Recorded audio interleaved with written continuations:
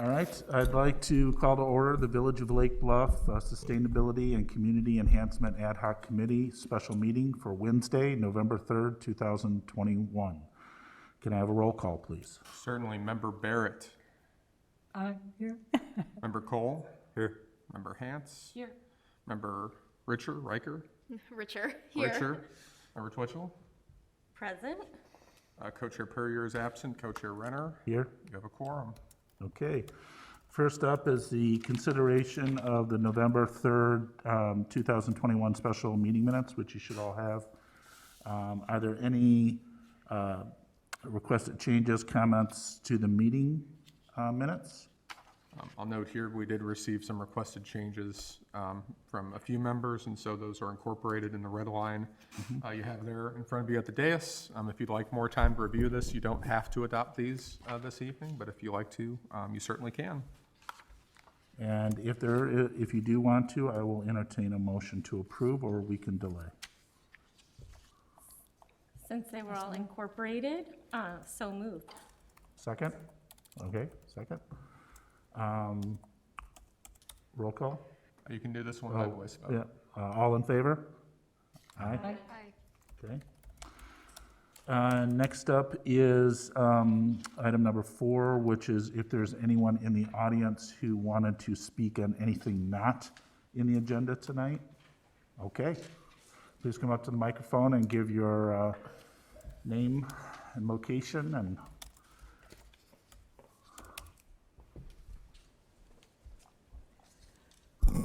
Can you hear me? yeah. Okay. My name's Sue Raymore. I've lived in Lake Bluff since 1986. I can't count right now. I live on Briar Lane, and I was here a couple months ago. Most of you did not get to listen to me speak, so if you did. I came as a member of what I call the Nature's Best Hope Book Club, and it's a book on native plants and why they're so important to the system. And we had just collaborated with the Lake Bluff Garden Club and also Lake Bluff Open Lands with our idea to start a demonstration garden in Lake Bluff using native plants that people could see and hopefully consider using in their yard. Since that time, we have changed our name. We're now the Growing Native Gardens Community, with the idea that maybe this won't be the only garden, that we'll have more.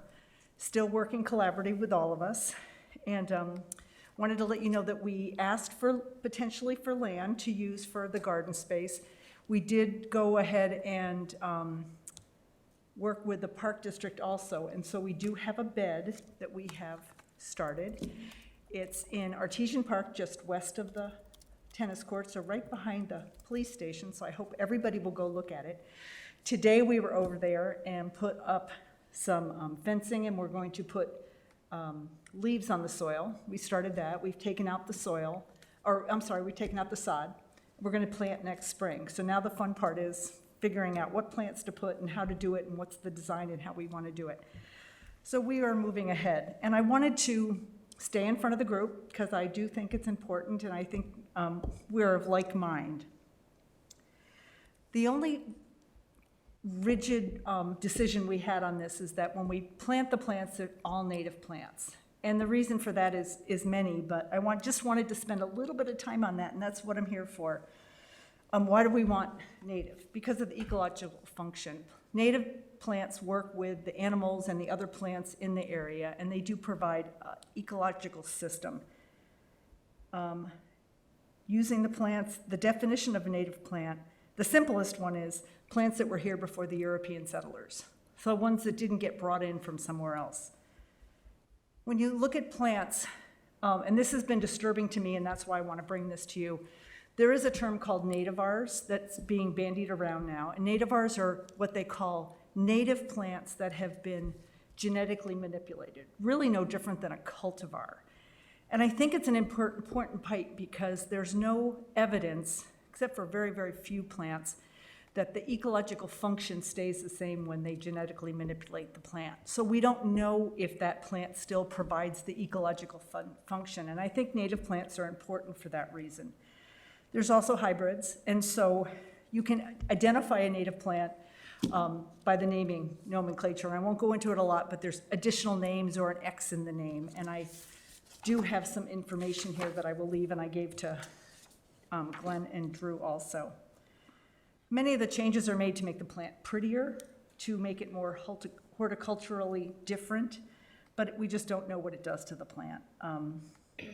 So I'm asking that with the sustainability, having input into what's happening in the village, if you're going for a more natural landscape or trying to do the right thing ecologically, that you really consider natives. And I will tell you, it's a challenge. Most landscape designers interchange native, cultivar, nativar, and they have a hard time sometimes getting the native plants. They're available, but not through their normal channels. So I have a little statement on why nativars are important. There is nomenclature on how to identify them, but I just I'm hoping that Lake Bluff, as we move along on the sustainability project, we will consider the plants that we plant and make the right decisions. And I'm here to say that there are many people in our community group, our collaboration, that would be more than willing to work with the Sustainability Committee to help to answer questions, to make suggestions, to make sure that we move in the right direction. And that was it. Well, thank you, and we appreciate your efforts. And tonight is a good meeting to talk about native plants. We have a lot on our agenda Yes. tonight considering that. I wish I could stay, but I'm off to another meeting, so that I feel I need to be with. Okay. But Sue, thank you for bringing that up, because there is not evidence that nativars provide the same services. So it's a really good point and great timing for the committee, so thank you.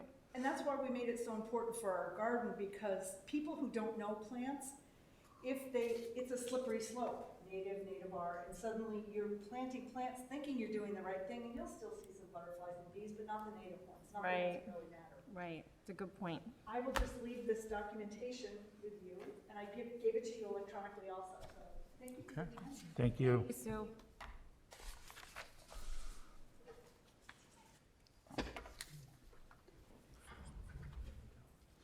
Okay, we do have a couple things related to native plantings. For the benefit of new members and also for anyone who might be watching the audience, I talked with Glenn, and we'd like to recap. So you may remember we had some plans for all of 176.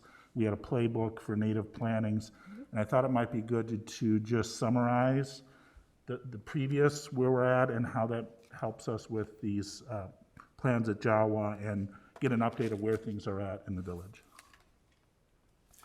Certainly. So in short, and there'll be a bit of graphic information for you up here on the screen shortly, but in short, back in 2018 and 2019, the village,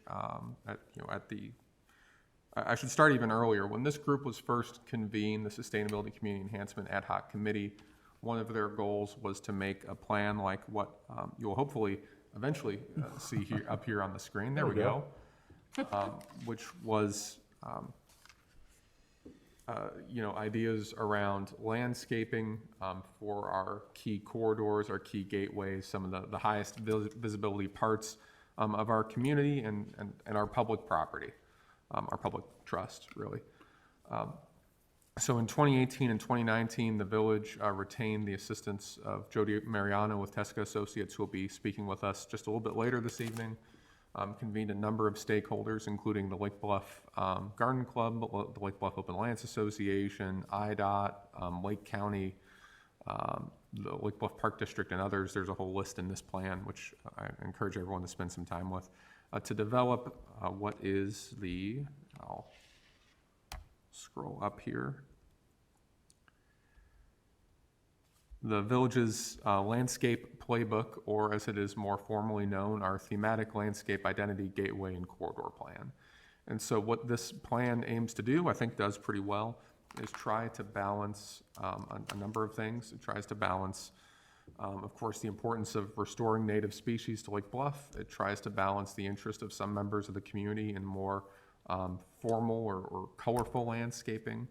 It balances the needs of, for example, our departments of transportation and making sure that we keep clear space for our cyclists, and that we have, for example, salt-tolerant species where salt will run off to serve motorists, And finally, of course, it balances the need of private property owners, public agencies to have plantings that can be maintained easily, that may not necessarily need the same level of upkeep as mowing a lawn every week. A lot of competing interests and stakeholders that I think produced a very good plan. What's perhaps most relevant tonight is this concept plan for the Route 176 corridor. Route 176 really being a driving force in beautifying this corridor was a big part of why this plan and these stakeholders were convened. What you're looking at here is a section from Green Bay Road to the east, running over to the Union Pacific Railroad tracks to the west. And I won't go piece by piece through it, but along the north side, you can see the golf course. And this frontage here, this is village-owned property lying generally between the service road and Route 176. This is a project that's underway right now that I'll talk about. Here to the south, you have the CLC Jawa property, their front lawn, as it were. That's a project you'll hear about tonight. Over here is 10 acres owned by the village, which is outlying in the future. And then there's also some proposed intersection improvements around Green Bay Road, which are one of the projects spelled out in this plan. So what this plan put forward was a two-pronged approach, if you would. It specified 3 higher priority projects for public investment, and then it also set out opportunities for private investment by laying out principles around screening. It has plant lists. And again, I'll mention here, there's some linear designs for how plantings would moving from the roadway further out, again, bearing in mind the needs of some of these different agencies. But what I think important to focus on here is these 3 priority projects. The first is that frontage between Route 176 and the golf course. The village received a $10,000 grant from Open Lands and from ComEd to do a plan that's been contemplated since this, which is clearing that of invasive buckthorn. It's about 5 acres, and replanting native adapted species in that area. I can tell you the village board's agenda was released tonight for their Monday night meeting, and that includes the award of the contract to do all of this cleaning work this winter. So the village's contractor will go in, eliminate all this buckthorn over the winter. Labola will come in after that and has offered to organize volunteer labor to plant about $10,000 in native plantings. There's also, I believe, $1,200 or $1,600 from the Rotary Club to work on tree planting in this area. The second project, the bigger lift, is the Green Bay Road intersection. That'll take some work from probably a number of stakeholders, including IDOT, to really realize some of the bigger goals for that area, including, for example, relocating a signal cabinet there, I think was contemplated as part of that plan. And the third is minor but important too, gateway sign enhancements. Again, trying to balance native and more formal plantings. One of the more formal ideas was to have these flashes of color around the village's gateway signs, which are a pretty prominent landmark there. But in what you're hearing about tonight, again, to put it into context, the village will soon really complete this northerly section of the corridor plan. That black line is a split rail fence that's not budgeted or planned for right now, but the real visual work of opening up that view shed into the golf course will be done, by next spring. On the south side, you'll see something that wasn't even necessarily planned, which was to extend these drifts of grass and prairie and so on into the Jawa property. And then not, again, shown here specifically or concepted out, but over to the east, you'll see these principles extended into what we're calling the South Sheridan Road landscape, which is really the Robert McClory Trail as it goes south from our new bridge there over Route 176. So I hope that gives everyone a good perspective of what this plan is and the different parts of it that you're seeing tonight.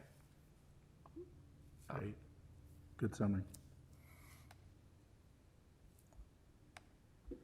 Unless there's any further questions, I'm happy to invite Bill Susi with CLC Java to talk a little bit about his plan. Nope. Okay. Bill has to, when I give him the ability to send a video, he has to leave and rejoin, so it'll be just a moment. Good evening, everybody. Hey there. Hi. So thank you for asking me to speak tonight. As one of the highest profile properties on the Rockland Road entrance into the village, our water treatment plant site was designed to portray a corporate campus atmosphere, kind of inspired by Abbott in the late 80s, early 90s.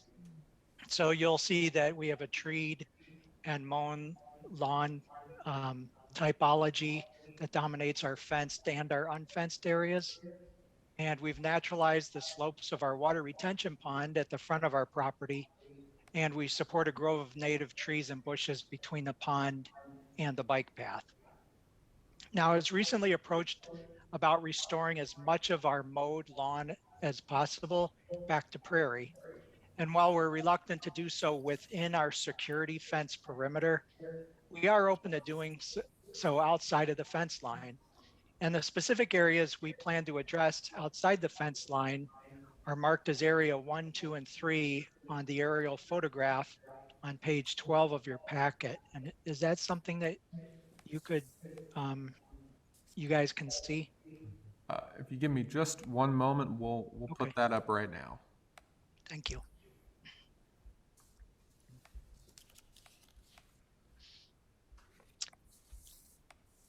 So following this meeting, what we plan to do is to prep area 1. Area 1 is that kind of blue outlined area.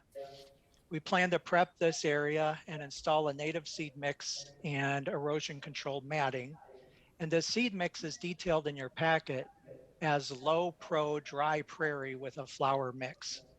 It's my intention to have a prairie that does not tower over visitors that are walking through our property or that obstructs the view of our facility and our properties. This is supposed to be a short mix with a few tall grasses and forbs. And for the next 2 to 4 years, we expect it's probably going to look pretty weedy until the plants establish themselves.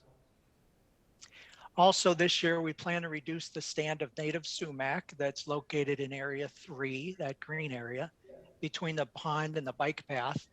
And we want to do that based on feedback we received from some of your landscape architects to open up the view of our pond, the island that's on our pond, and our entire site from the Rockland Road and bike path. The stand will be cut back from approximately the Lobola entrance, as you can see there, to a stand of trees. The sumac have kind of taken over there. And we're going to let the existing seed bank in the soil kind of bring that back to life, along with the migration of the native plants that are along the west side of the pond there, kind of along the Lobola driveway and parking lot. And then based on our experience in area 1 this year, we'll consider restoring the prairie in area 2 next year. That's kind of the purplish colored areas, which is pretty much the balance of our mowed lawn area outside of our fenced line. That'll be nice because it'll blend the native landscaping we restored along the banks of the pond, kind of blend it better into the native plantings rather than a mowed lawn. Now we do plan on framing the prairie and path with some mown swaths of lawn, and specifically we'll maintain cut grass that's about a mower width along the fence line, along the driveway, the walking path, and obviously around the benches. I guess tonight I'm seeking, to hear what you might have to say about this. But I'd also like to know, get your kind of input on 2 items. And one thing is, right now, quite a few people that access our pond and our benches, they cut through area 1 from about the southwest corner of the bike path and the driveway. They cut across that right through the middle of that area to get over to the formal walkway around the pond. So one thing I'd be curious about is if you want me to maintain a kind of a path through that area that for now would just be kept mowed down so people can do that or not. And the other thing I wanted to get your input on is we have quite a few trees in these areas, in area 1 and area 2, but right now we're talking about area 1. There's about 20 plus trees in that area. And I'd be curious to know if you kind of envisioned the prairie growing right up to the trunks of those trees, or whether you'd like me to maintain some kind of cleared area around the tree. I'd be happy to answer any questions that you might have. Any questions? Comments? Sure. Hi, Bill. This is Sophie Twitchell. It was such an exciting gift to see this plan in our packet. I have to say, I was just thrilled with the overall strategy. So thank you for that. One question I had, sometimes we see people fishing in the pond where Yes. there'll still be access for families and kids to do that without having to wade through. Would there be some mown areas that would provide access? Well, we could certainly do that. Right now, we have the native plantings that go up the bank, up to the lawn. And when I first talked to Native Restorations about this, I asked them, should we keep certain areas cleared for fishing? And kind of what we followed, I followed their advice, and that was the answer no. Because the feeling is that fisher people will cut right through to where they best position themselves on the water anyways. And the plantings that we have there are really not hard to move through. So to answer your question, I wasn't intending on doing that, but if that was something that you desired or that the public would like, we'd certainly entertain that. No, I think as long as it's easy to access and people feel welcome, that's great, because it's great to see families out enjoying the pond. Yeah. And to answer one of your questions, the prairie can just go right up to the trees. You don't have to do anything. And then about the path, I'm sure other committee members have thoughts, but you could have just a mown grass path through area 1, or could they access sort of along the road area? Would that be a way to come across? So you wouldn't have to go right through the middle of it, but you'd come a little south and then over. I don't know. Sure. I think I understand what you're saying, to come down the driveway some amount and then cut over. Or you can just see where people go and then eventually mow it, because they're going to go where they go. Yeah, there's quite a few people that walk their dogs and they kind of have their cut across there. I might even be able to see it in the existing lawn. Well, it always feels odd when you go around the east side of it and then you have to go so far west to then go east again. So I understand the temptation. Sure. Is mowed the only way to create the path? Are there other materials that can be put down to create a path for dogs and people to get to the area? I think there probably could. What I would like to do now, just to start, is we can just keep that area mowed down, since I'm going to be framing the native stuff with a mower anyways. But then after the plants establish themselves, I could definitely, talk to you about whether you want wood chips or other materials. Something that we've talked about in the future is around the pond, there's an asphalt path.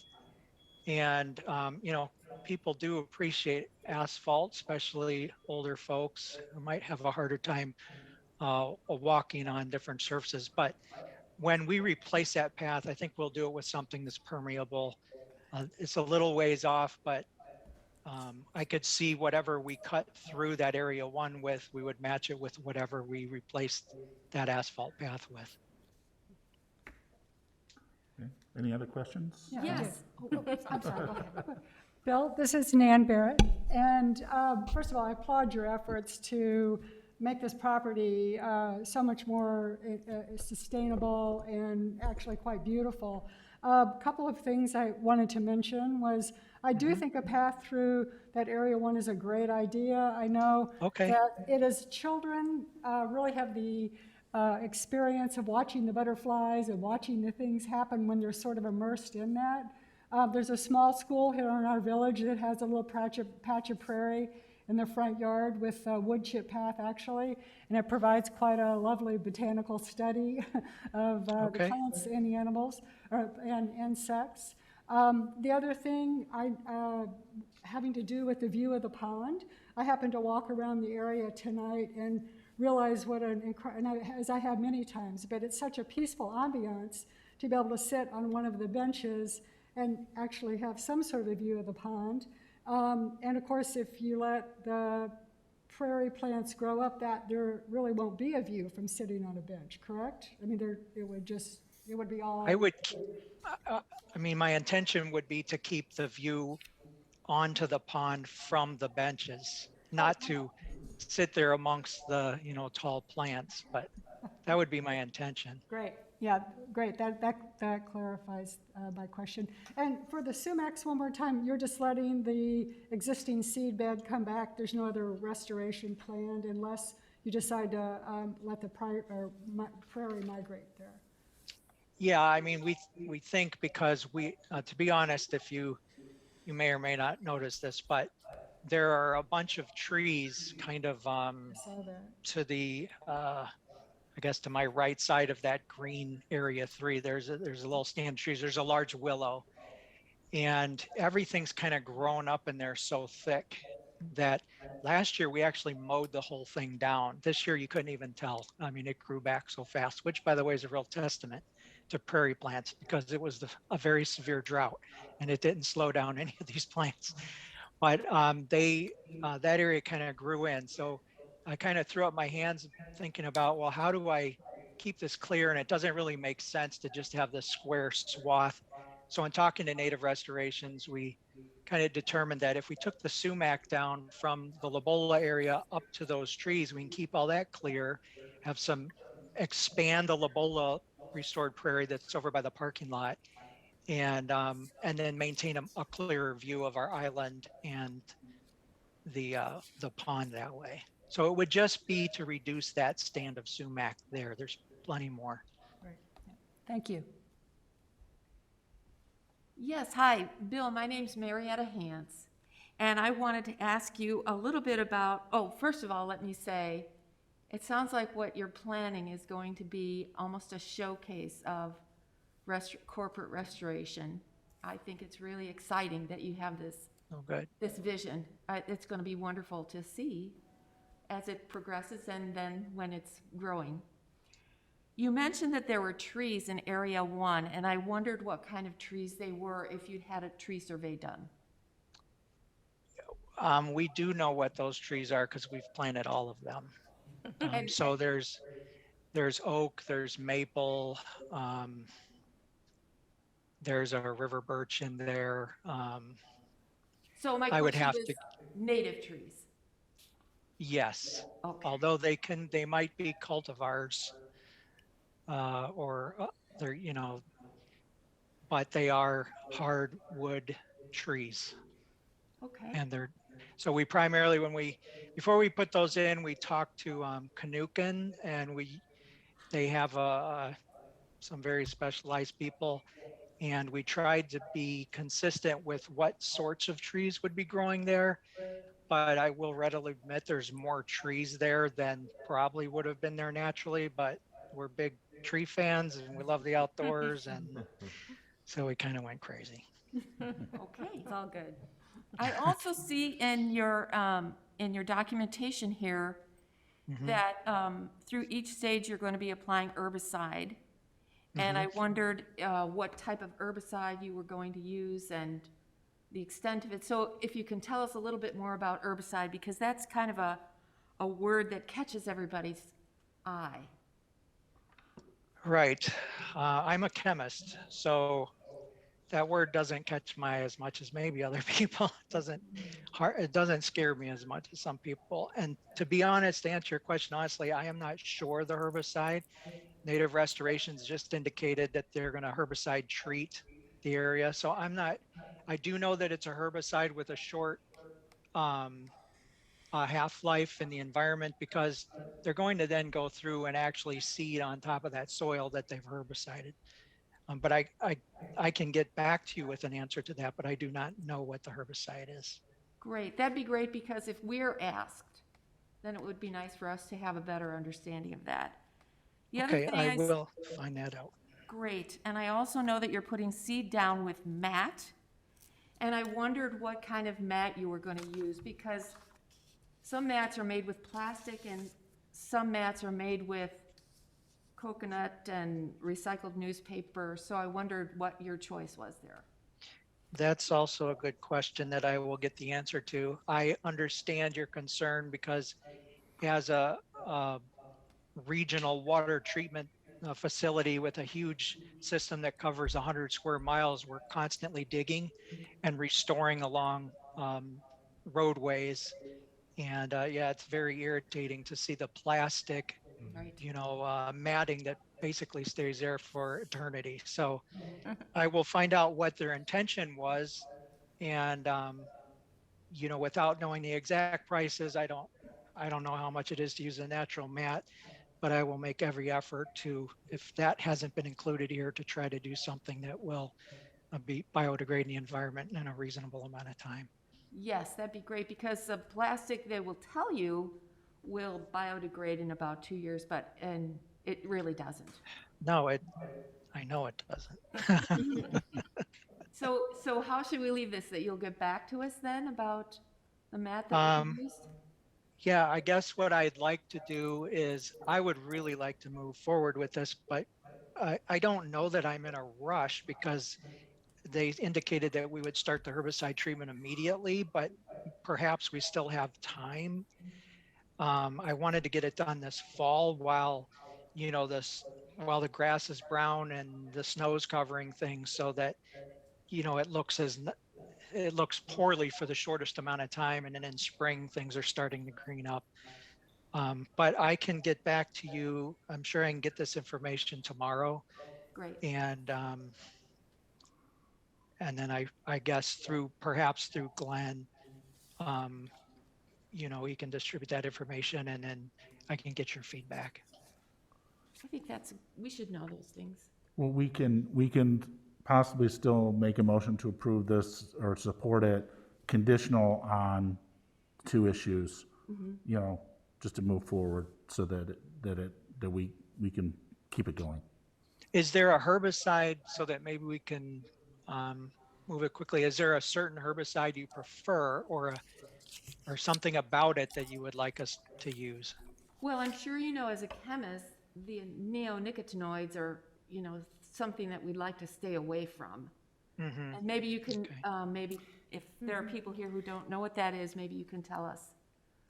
Well, it would be interesting to find out. I wouldn't imagine that Native Restoration Services would be recommending neonicotinoids, though. Right. Well, it'd I be mean, good to know. it's wouldn't good it? to know. It is good to know. Before we say yes, we should probably know that. Yeah.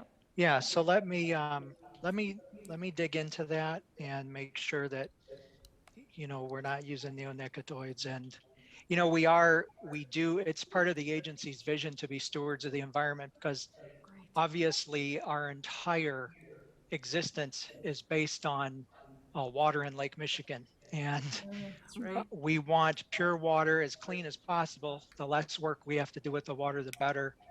So, and just because this pond doesn't eventually flow into Lake Michigan, it ends up in the Illinois, the Mississippi, and the Gulf of Mexico. We like to say in our business that everywhere is someone's drinking water supply. So we're in no interest in, running off with harmful chemicals into the water. And I will let you know after I talk to them tomorrow. That sounds great. Thank you so much. Sure. Thanks for bringing those things up. I have only one comment, and it's just kind of very high level. Was Native Restoration Services aware of our master plan and coordinated and looked at what we have planned for the entire corridor there? I don't know that they were aware of it, but I told them that this needs to be in accordance with the plan. Okay. And I said, do you have a copy? And he said, I do not, but I'll get it off a website. And he did, because he Okay. talked to me all about it afterwards. Okay, just as we do these projects all over at the various times, I want to make sure everyone, the various different entities who are doing this great work, just have an understanding of the plan and try and keep within the framework of plant types, what's going to happen next in other areas, so we don't That want to, makes we don't sense. want to redo anything or change anything out later. Okay, any other questions, comments? Would someone like to make a motion to approve this with the conditions mentioned? So moved. There a second? Second. All right. Roll call, please. Certainly, and I'll note here, just for the good of the order, right, this strictly speaking doesn't, the SEC isn't like a formal reviewing body, this is just an indication of support as compared Correct. to your next item, which is something the village is doing.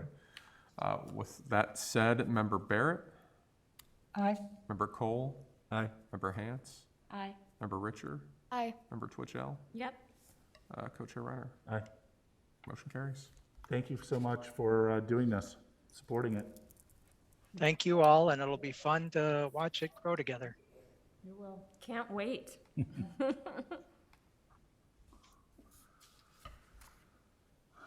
Okay. What do we got up next here? Oh, the bike path? Yes, Go ahead. so next up will be Ms. Jody Mariano from Tesco Associates will present the South Sheridan Road landscape plan. Hello, good evening, everyone. I'm Jody with Tesca. Thank you for having me, and I was so pleased to see all the references to the corridor plan in the playbook. Say, Glenn, it says that the host disabled the participant screen sharing. I apologize. You should be able to do that now. Okay, thank you. Super.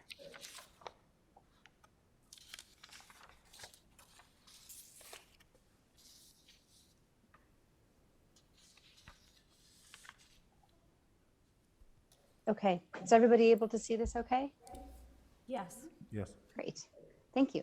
So this evening, I'm here to present the South Sheridan Road landscape enhancements that we've been working on developing with staff. And we have concept plan materials to share with you this evening to get your input and your thoughts. And so I'm going to talk a little bit about the project. We've got a recommended plant and furnishings palette and the concept plan presentation, and then certainly open it up for discussion Q&A. Our study area here is, just going to minimize the screen.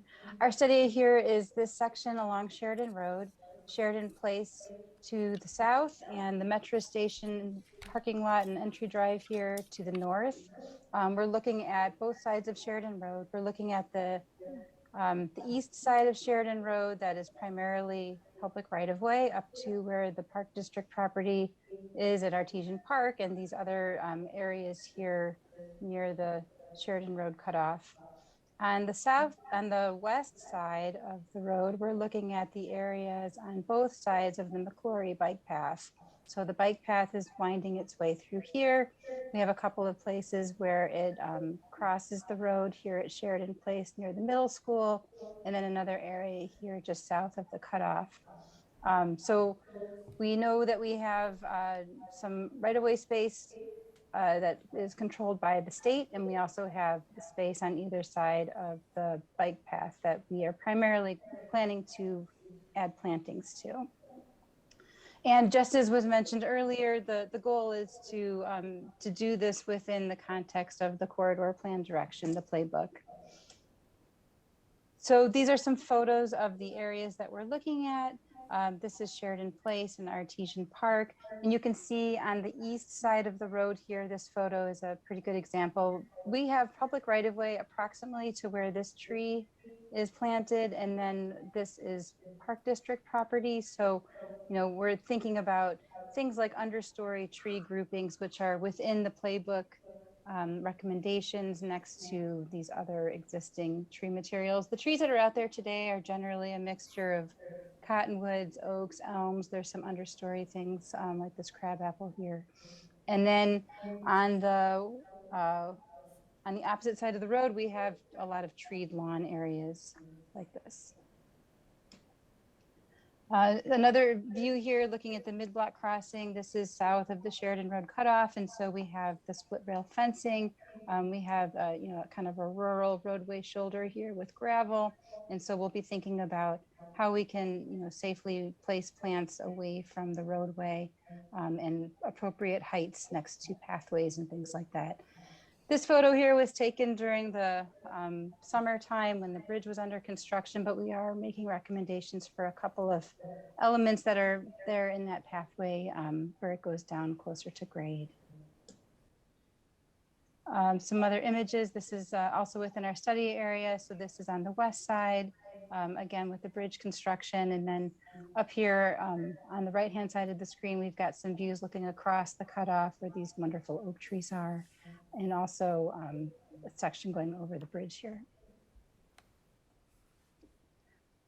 Lastly, the area near the metro station is also within our property area. We don't have a lot of landscape to play with here, but just for context, we do have the split rail fence. We have our area at the metro station, and you know, this area here over the roadway. So Glenn already spoke to the playbook, and thank you for doing that. I won't spend too much time on it, but we also wanted to just set a little bit of context. You know, some of the primary recommendations from a landscape perspective, the elements included things like split rail fencing, naturalistic plantings behind mown lawn, a lot of these very similar types of low profile prairie that Bill Susi was talking about. And we're so pleased to hear that those things are planning to happen at CLC Jawa. Some images from the playbook that you've already seen, but I did want to highlight, you know, the playbook looked at all of the landscape typologies that are in the village, and they're listed here. As far as where we are for this specific project on South Sheridan Road, we're primarily in areas that would have been called scrub woodland and also treed lawn. Although I will say that a lot of the scrub has been removed, and so it's nice to have that big open canvas that can start to incorporate things that are more closer to savanna, which is part of the goals of the playbook as well. This is just a section from that playbook that kind of demonstrates the importance of visibility when we're close to where people are driving and walking and biking. So we like to try and keep the understory plantings not taller than 3 feet tall. Those drifts of native plantings would be on both sides of the split rail fencing, just so we have a nice gateway feature coming in, but also promote good visibility. So if you're walking or biking on the bike path, you'll be able to see clearly in all directions. Same thing if you're driving. And then as far as trees go, we talked in the playbook about having tree groupings, things that would have been associated with the tree materials that are adjacent to them. So those are also things that we're thinking about. These are plant lists, just as Glenn mentioned before, these are in the back of the landscape playbook, as you guys are all familiar. And the items that have the asterisks are the native plantings that indicate salt tolerance. So that's important to us when we're doing work close to roadways. And then also, just for context, TESCA also is currently working with the village, and we presented to the ABR last night on the downtown streetscape. And I won't get into the details of the downtown streetscape, but only to mention that the work that is being planned here for Sheridan Road really is important in many ways, but also because it is the gateway into this magnificent downtown that Lake Bluff has. And so, you know, we're looking at these areas here along Sheridan Road, but they do feed in as part of visitor entryways into the downtown streetscape. And more information about the downtown streetscape, if anyone wants to see, is on the website. There's a dedicated webpage if you haven't seen it already. Okay, so getting into the South Sheridan Road landscape plan, I'm going to first talk about the plantings and the elements, and then I'll show you how they all fit together in a concept plan arrangement. So the plantings that are recommended are here. I will say, for the most part, the canopy trees, the shrubs, the understory trees, all come straight from the playbook. As far as the understory materials, the perennials and grasses, or seed mixes, we offered up 2 options for how the village could consider installing these things. If it were containerized plantings, of course, those would be individual plants that would get planted, usually comes with a slightly higher cost. If it was a seed mix option, a lower cost, but does take some more effort to get those things established. I will mention too, that as far as the perennials and grasses go, the prairie drop seed is a native that's recommended as part of the playbook. These other plantings here, we can talk about them, but our goal was to create something that has some visual impact as we're coming into town, but certainly open to hearing your comments about that. A couple of other things about trail amenities. So we wanted to offer up a couple of bench options. Option A on the left is a little bit more contemporary. Option B on the right is a little bit more traditional and more in keeping with what is in downtown Lake Bluff today. These are all available with recycled materials. A bike pump is here on the right-hand side, which we think could be appropriate near the bike trail. Alternatively, we could look at more sculptural elements along the trail. This is maybe not an area that's going to have folks using benches quite as frequently as if it were in downtown, for instance. And so we could think about seating that is more sculptural so that when somebody is not sitting in it, it looks like a piece of art that could also be at seat height. So this option on the left is, it's called the twig bench. The option on the right is more like a pebble. These are precast concrete materials. Okay, so as far as the concept plan goes, I'm going to first talk about trees and then we'll get into the understory areas. So again, this is our area that we're looking at. We've got Sheridan Place, where the Lake Bluff Middle School is here at the south and extending all the way to the metro station on the left-hand side of the screen. This is that switchback path that gets you down to the lower part of Scranton Avenue. So on the east side, we have a lot of existing trees. And so the recommendation here on the east side is to use groupings of understory trees so that they can sort of play well with the existing tree cover that is east of that area in Artesian Park. So we were looking at things like birch trees and Austria. I'm sorry, I sometimes ironwood. I get my common names and my botanical names confused. So ironwood groupings and birch groupings in this area here. And then on the west side of the street, we have opportunities because we have more space to use shade trees. And so we have some groupings of oak trees here, here, and here, and also grouping of elm trees. And then we have some groupings of serviceberry and another grouping of serviceberry here and another birch tree, a couple of spots. There are a couple of nodes that we thought are opportunities to highlight, the other beautification elements of the split rail fence and understory planting. So I'll show you those in more detail. This is the first node here that's at Sheridan Place. There's another one here near this crossing, south of the cutoff. Oops. And then the last one is down here where the pathway dives down to get underneath the bridge. Oh, and by the way, I didn't mention it, but this is Eastern Redbud in this area here. Okay, so to look at the area to the south first, this is Sheridan Place. And so the understory plantings, and I'll kind of get into detail here, and it's kind of the same elsewhere. We've got benches on concrete pads flanking the trail here. And then we're showing understory shrubs, so the New Jersey tea behind the benches. And then this dark line represents split rail fencing.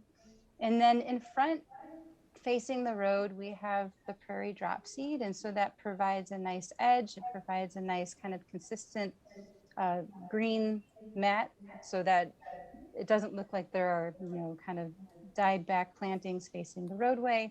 And then sandwiched in between the prairie drop seed and the fence and the low shrubs would be these pops of color. And so we were looking at things like Rudbeckia and Echinacea and Liatris and aster.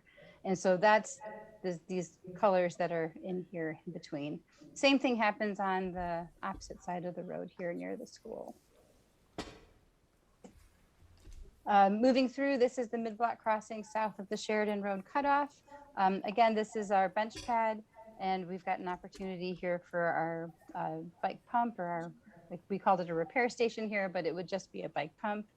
And then again, same as before, we've got groupings of the low shrubs.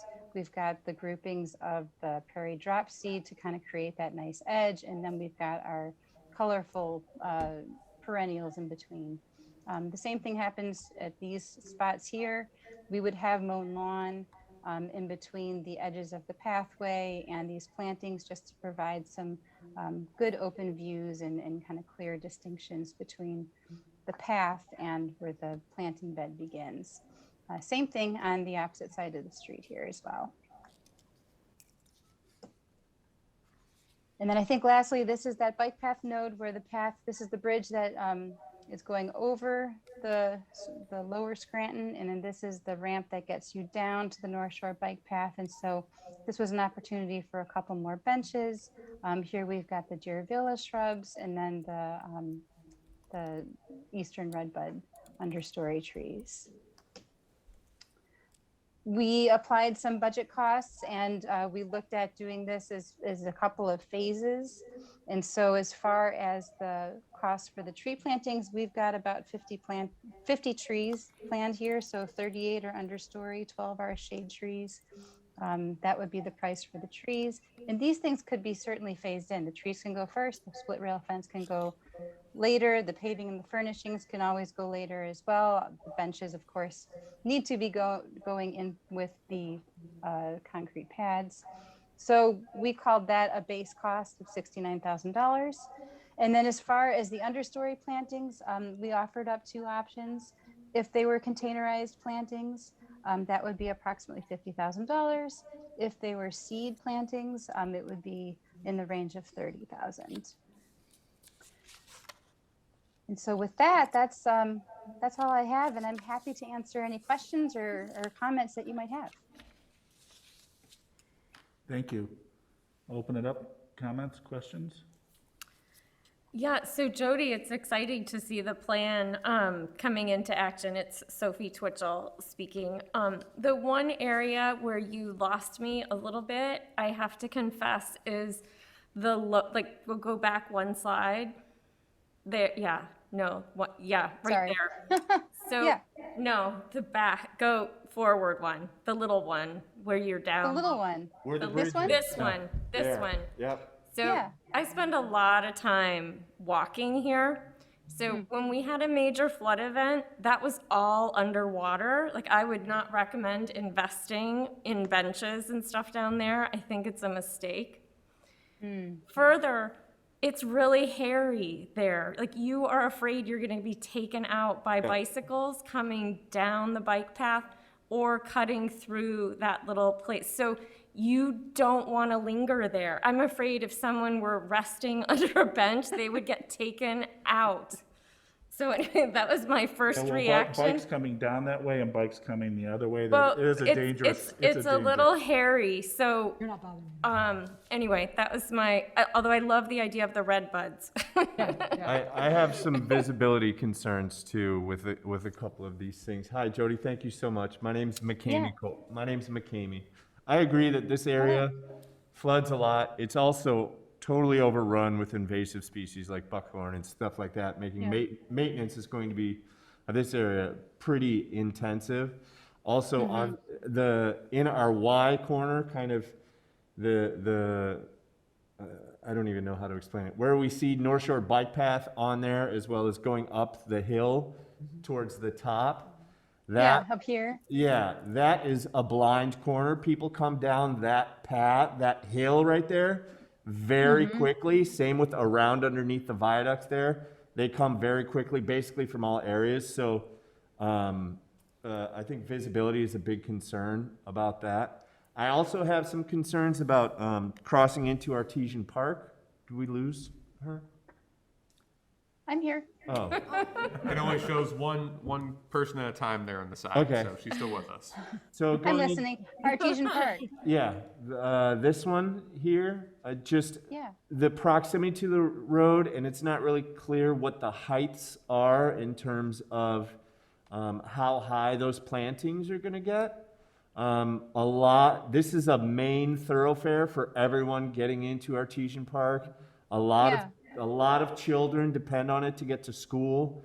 So, visibility for me is a real concern, especially because that stop sign there is relatively new. I mean, I've lived in Lake Bluff. Optional. Yeah. I mean, I've lived in Lake Bluff since 1980, so it's new to me. It might not be new to other folks, but a lot of people just kind of roll past it. So I just want to make sure that if we are doing plantings there, that we can guarantee that small children on their bikes or on their scooters are going to be seen. So I think from here, it looks like a lot going into there. Yeah, and thank you. I can speak to that a little bit. I know I didn't spend that much time on this one, especially in this area. But yeah, first and foremost, nothing should be taller than 3 feet. And we can even think about bringing that down to 2 feet, especially knowing that there's small, short children walking through here, and that's not a problem. And so all of these plantings would be, within that low height range. So nothing taller than 3 feet for sure. And then the spaces in between the pathway and the planting bed here, which looks like this grayed out air photo right now. This would all be mown lawn. So the width of a mower, about 3 feet off the path, would just be mown lawn, and that helps to kind of keep these things in check so mulch doesn't spill onto the pathway and all that sort of thing. But completely agree with you. It should be very low. And design can also be used as a visual cue for cars. Like, this is different than what you've been going through, so pay attention, because you may get bikes and kids and dogs. It may be helpful. Yeah, That's a good point. I think that's a good point when discussing whether it should be, the container plantings or the seed plantings. In terms of it adds especially in maybe particularly this area, it adds more of a developed feel. Whereas with the East Sheridan Place intersection, that almost feels like the corridor that we're doing on 176 a little bit more natural, more seated. A little along those subtler. Those are just some preliminary thoughts that I had. Yeah, and I think the one by Artesian Park feels a little like a lot. Yeah. Like the other one feels a little more comfortable. This one feels more comfortable to you, the Sheridan Place one? Yeah, a little bit. Sure. It feels a little similar to what I enjoy seeing south of Lake Forest. You see that where some of the roads come in, there's little plantings sort of welcoming you into the community. I would also suggest you potentially talk to the Trust for Public Land about their bike repair stations along the 606. They do have pumps, but they also have other tools on there that I think they have a pretty simple system. Yes. So that's just a suggestion. Yeah. Yes, thank you. We're familiar, and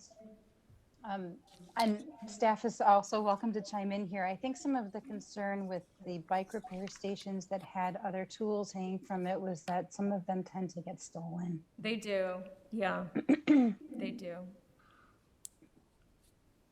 I guess if we were to think about things like signage, we've got, I can't remember the name of the bike shop in downtown to, let people know that there is a bike repair facility not too far from here. Good idea. With regards to those benching and the bikes, I could see people who are walking or running or taking their dogs sitting down for a minute at the benches or waiting for their kids from the park. But I could also see bicyclists, stopping briefly to have some water. And is there a place with these benches where they could park 3 or 4 bikes?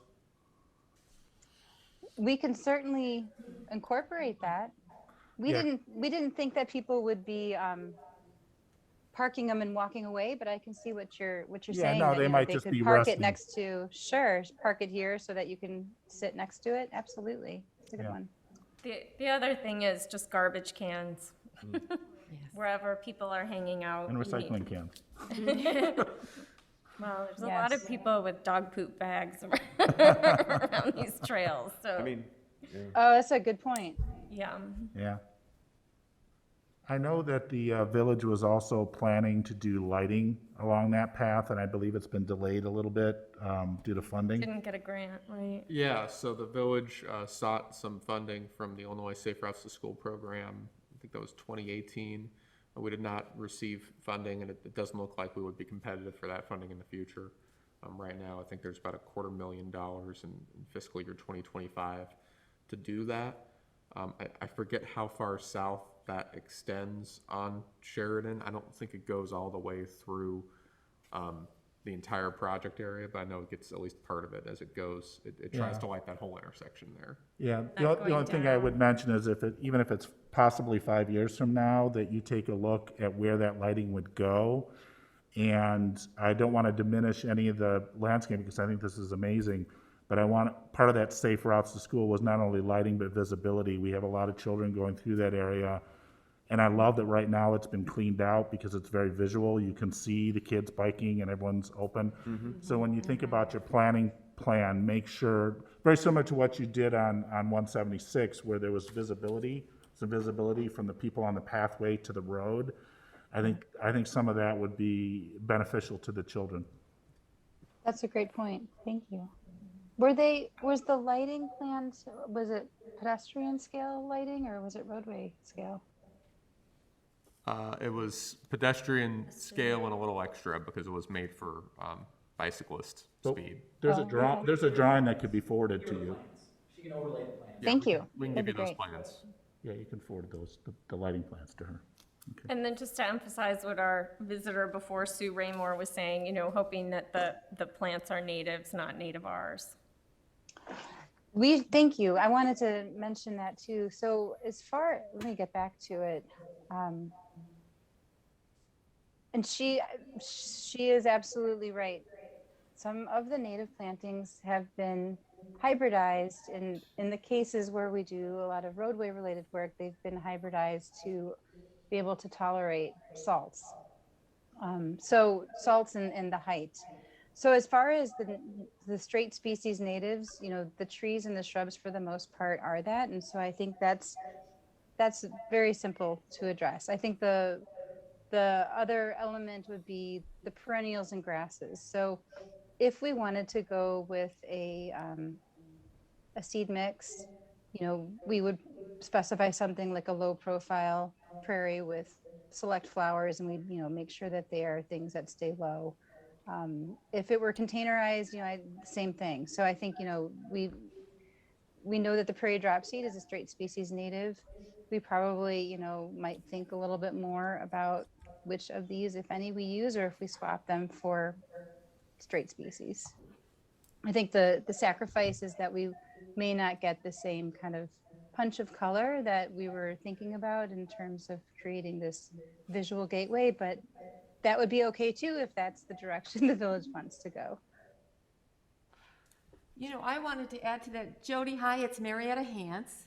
Hi, Marietta. Hi. Speaking to the choice about native or nativars, one of the things that would be very exciting for the village if we became known for the village that uses pure native plants, to try to help people understand that they may not have that splash, they may not have that wow factor right away, but the bigger message is that this is better for the environment. It's better for us and for the pollinators and the bees and the birds and everybody else. Mm-hmm. So I also love the idea of seed, because it's teaching everybody that you just don't have to have instant garden.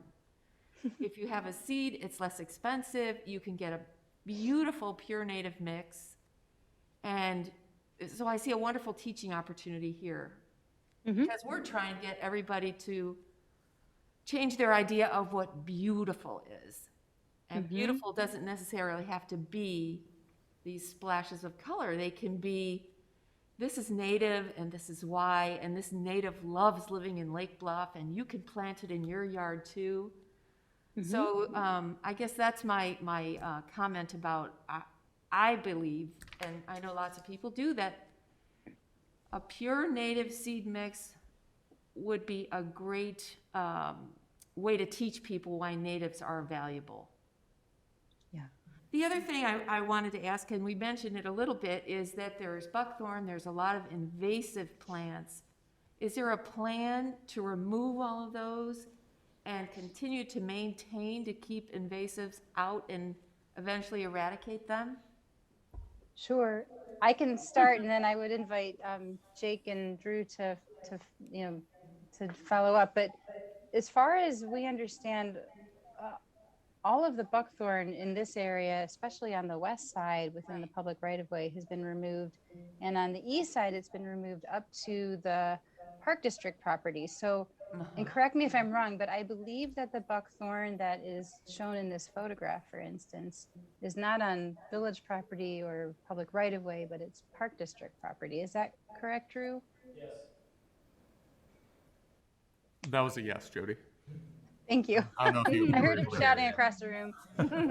Yeah, so I think, for sure, I know the staff we would all encourage the Park District to continue what staff has begun by removing the buckthorn in the property. But in this location in particular, it's just, it's not within our property to work with. Hey, Jody, it's Drew. I'm trying not to yell. I'm going to go to the podium. So, I had a conversation with the Park District Executive Director, John Beeler, about the trees. Can you go to the overall plan slide? Yep. And one of the things that we talked about was, the village is, we're going to be maintaining these plantings, and there's a lot of areas that the village and the Park District maintain that are close proximity, and sometimes we trade because, just convenience sake and makes sense operationally. Can you go to the one that shows the new plantings? I'm sorry.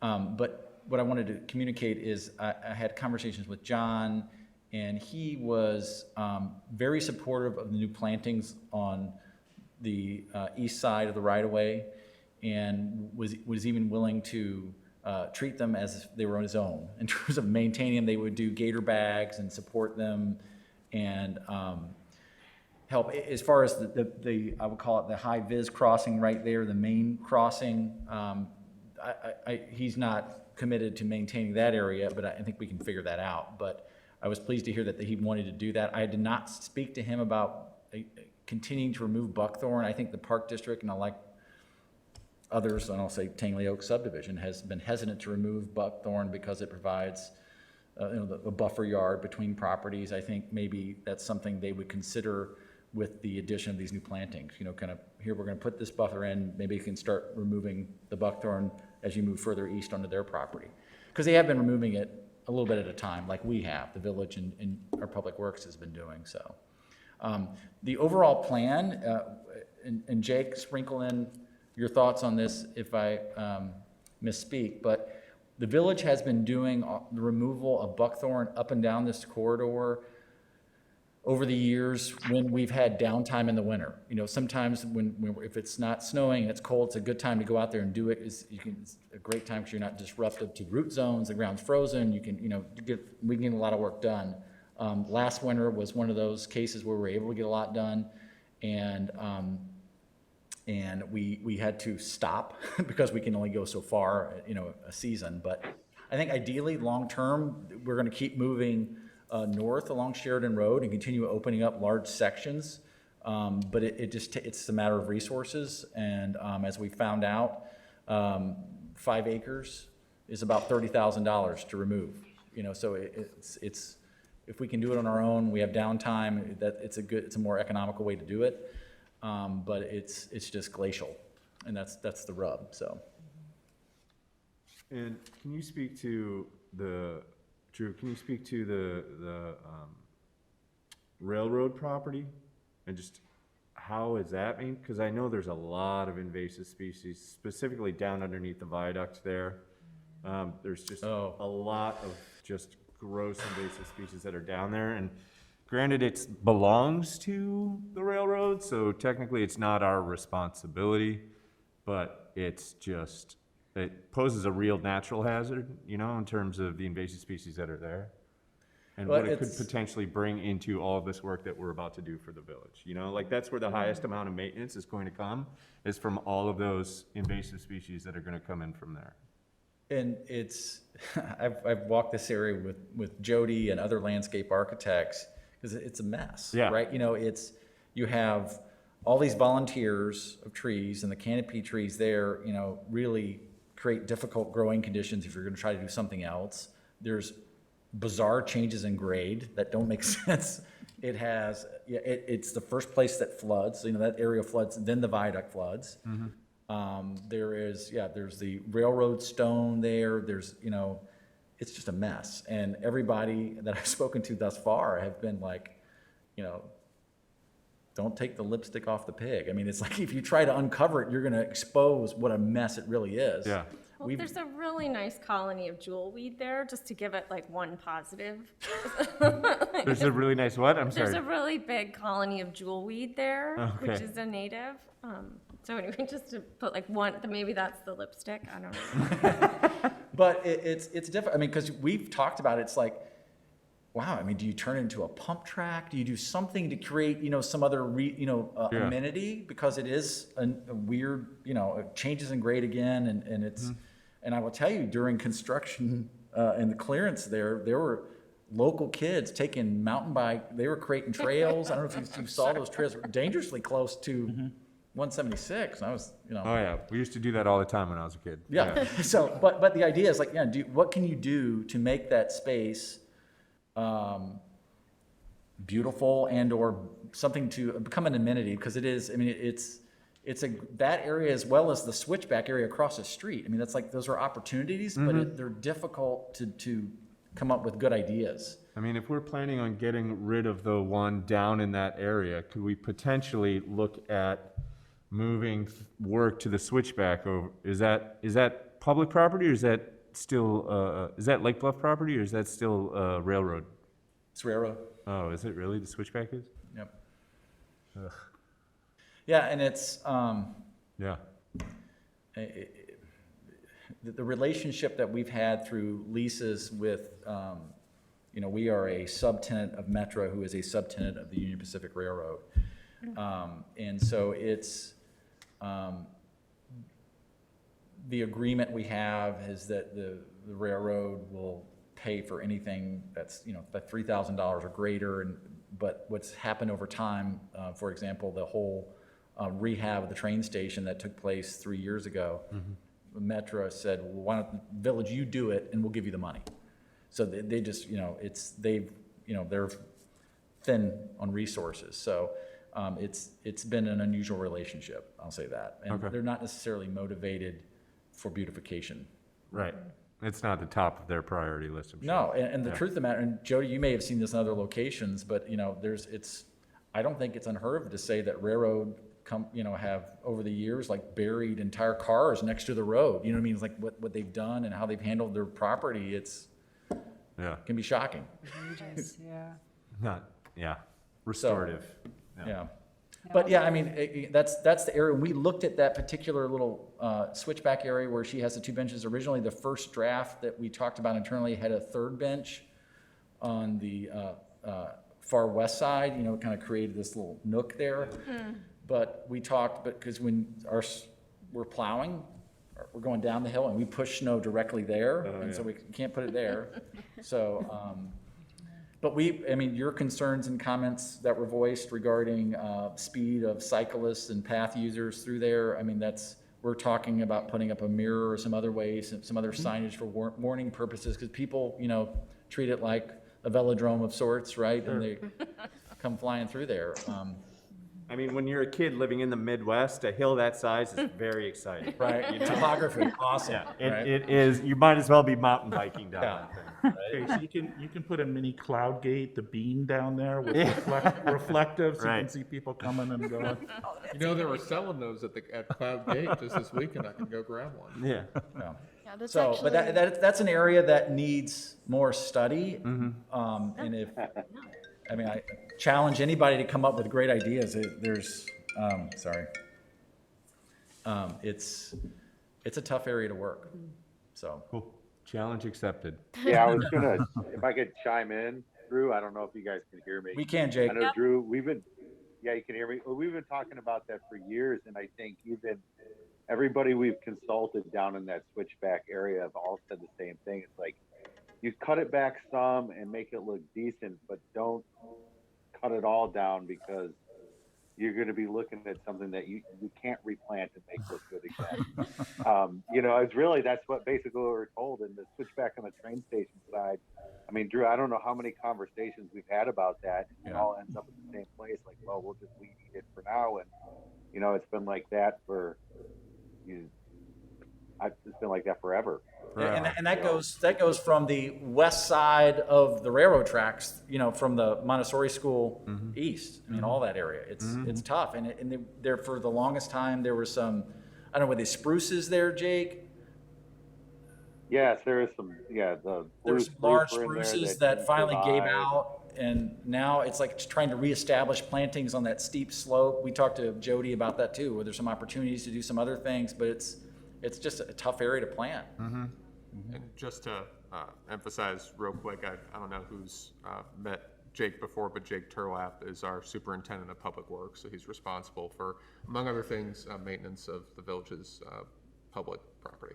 Yeah, so his crews are plowing this, and they're trimming back the overgrowth, usually non-natives, right? And that's from east to west and north to south on all our activity trails. Right, and to Drew's point too, we were talking about the clearing, being at a glacial pace.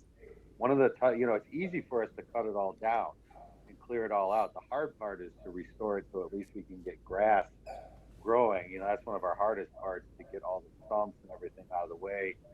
And believe it or not, the ground underneath, like where you're seeing there across Martinez Park, there's a lot of stone. It's old rail bed. It's it's a tough place to work too.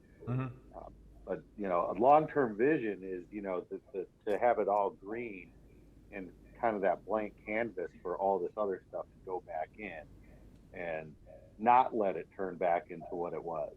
So one of the things too is that as we do all this, we got to keep in mind there is going to be maintenance. The terms low maintenance will be thrown around a lot, but that I don't know how true that really is. Right. There'll be stuff that will need to be taken care of. Jake's absolutely right. There is a lot of maintenance to get this stuff going, especially if it's a seed mix, just to get it established. But trees need to be maintained. Any understory plantings need the maintenance as well.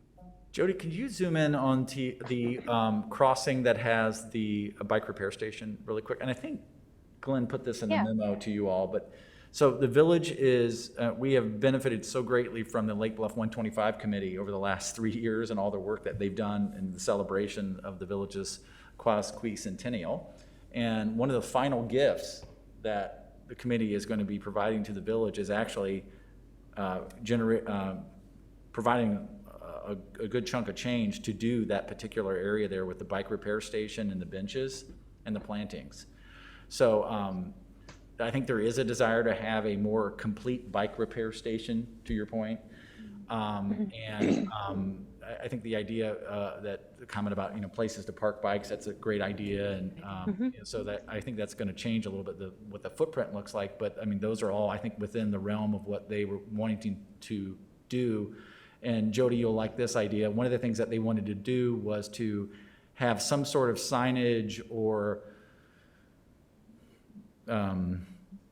method to communicate the village's historical trails and plaques that are out throughout the community, so that people could be on the trail and know that, oh, I can come over here and cross the street and go find and follow my way and tour the history of the village. Oh, that's a great That's idea. nice. Yeah. Very cool. Yeah, and I know you're a fan of the plaques, Jody. So I'm a fan of the plaques. I was just talking about them the other day to somebody else. So the idea of thinking about how to incorporate that can be something too in the next draft of this. So if I could also, it makes me think, when we were at the farmers market talking to folks about the streetscape plan, we heard a lot of interest about public art. And, these are also great opportunities to incorporate public art. If there were sculptures or other elements, they're visible, but they're, not so close to the roadway that they're unsafe. And, it could be a nice enhancement too. That's a great tee. We are looking for a home for the dancer sculpture. Yes, we are. Oh, good. Yes. And we have a couple of ideas floating around. I did speak with the folks at, what's the guy's name? Craig Bergman. Oh, great. Yeah, and I talked to the head gardener there, and he understands that we're going to take the dance statue and keep it safe. And when the time comes, we'll talk about the next place to install that. Okay. And so that's something for the spring, he said. Okay. Well, and so I would even say this is a trail. I mean, there's other communities that have trails like this next to, Evanston, other places that have, public art along the way. So that's, Yes. I throw this out there. I mean, I can see the dancer going in that little circle right there in the middle. I think there's a storm sewer inlet right there. Oh, is there? Yeah. Never mind then. It's, I believe, North Shore Sanitary District. Oh, even better, sanitary sewage. So. But, Exactly, yes. it could also be incorporated with the benches, and maybe there's a slightly different arrangement here, but something that, you could have a seat, but also have an opportunity to sit and appreciate the art. Or even in a park space. Or even on the axis of the crossing coming through. Yeah. Sure. Or is like a welcoming to the park space right there on Yeah. that side. I'll take that back to the garden club. There we go. That statue was a gift from the Lake Bluff Garden Club on their 75th anniversary. Oh, great. Yes, and it's actually, and I'm just learning this too, it's a pretty significant piece Very of art. accomplished artist. Very accomplished artist, yes. So we'll be very thoughtful about where that goes when the time comes. Jody, Nan Barrett here. Hi. Hi. Talking about the benches, are these the only two options, or you're just giving us a general indication? I mean, I was thinking when I was walking around the Village Green today, I think keeping the look somewhat harmonious to the other village benches, not that they have to be exact duplicates, is not a bad idea. And whether all the benches need to actually have arms, or some of them are just flat benches with no back, depending on the location. So is it possible maybe to get a couple other options, or is this? Sure. I mean, there's, of course, as you probably know, lots of options out there. I mean, we were looking at, a couple of things to think about. One is, do we want it to be traditional? And I would say, I feel like in public spaces, if we're going to do a traditional bench, backs and arms are usually appreciated by the older population, just, more comfortable, easier to get in and out of the bench. Yes. However, if we wanted to look at something that was more sculptural, these obviously don't have backs and arms, although there are some products that are similar to these with backs and arms, again, kind of sculptural concrete. But, I feel like in keeping with the native themes here, we could consider benches that have slats which are recycled. Also, there are some manufacturers out there that are now using a reclaimed ash tree. It's thermally modified, and so those could be used also for backs and seats. Someone could just figure out how to press buckthorn into benches. That'd be $1 million idea. I know, right? Great idea. Well, Jody, it's Mariette again. I'm glad you brought up the idea of reclaimed wood, because we have so many trees coming down now, especially, and sadly, these giant oak trees that are succumbed to a fungal disease or the blight. And if we could put in the back of our mind, especially the bases of these trees are huge. That might be something that we can incorporate as a natural place to sit, invite people to sit. I should share, we've got experience doing a lot of work on Northwestern's campus where large ash trees that have come down due to the borer have been milled into these huge 6-foot long by 18-inch tall cubes that people sit on. They're all over campus. Yes. But yeah, absolutely. I think that's a great idea. Okay, good. It's exciting. Yes, it's a great plan. Any other comments, questions? We do have a couple more items on the agenda, so I want to be conscious of our evening. Mr. Chairman, I do want to point out, I'll say why we don't have anyone else here with us in Village Hall. We don't have anyone else on Zoom to give public comment. I did get past a letter received by one of our committee members. Jody, I'll go, there's a few points here I'll go through, and then maybe we can go back through and reply to them. So this person was concerned about the number of serviceberry in the plan and how close they are together.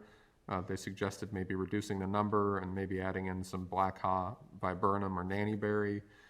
They were concerned about the perennials not being true natives, and instead suggested some different species instead of hybrids or cultivars.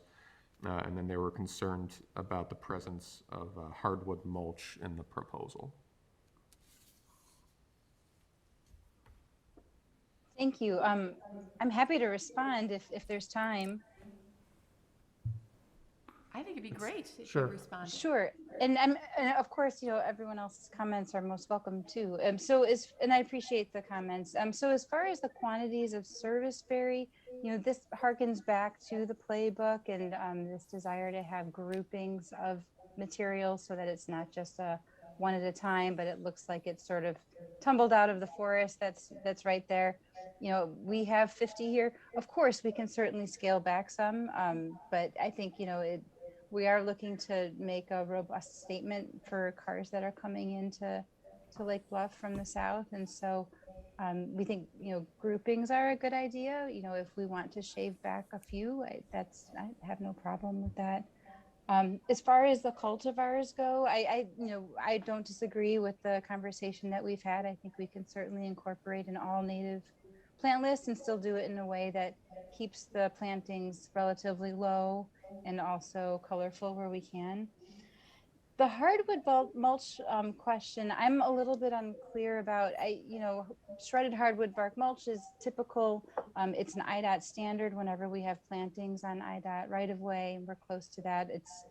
It's what we use to keep the soil moist and to keep trees healthy and to put nutrients into the soil. So I don't know if anybody else has any other thoughts about mulch, but that's the first I've heard of a concern over using hardwood mulch.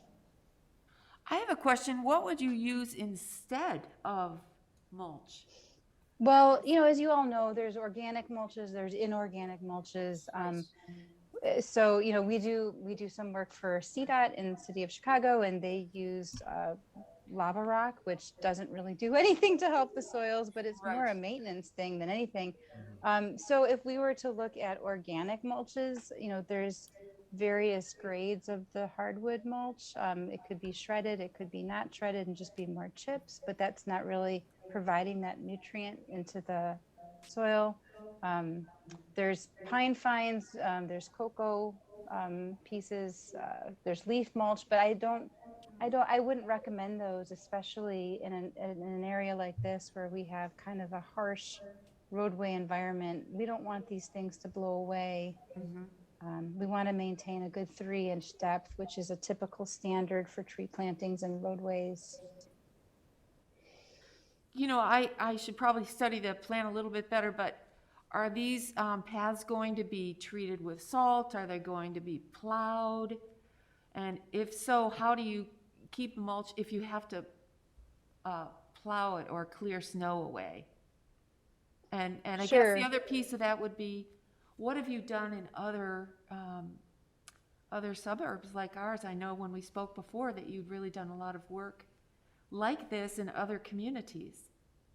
Yeah, and well, this might be a good way to illustrate it. And so that big plan is kind of hard to see the scale, but where these trees are placed, generally we maintain a distance from the edge of the pathway, so that for sure there should be a lawn in between the pathway and the tree. We never want to have the tree up close to the edge of the pathway where mulch can spill over.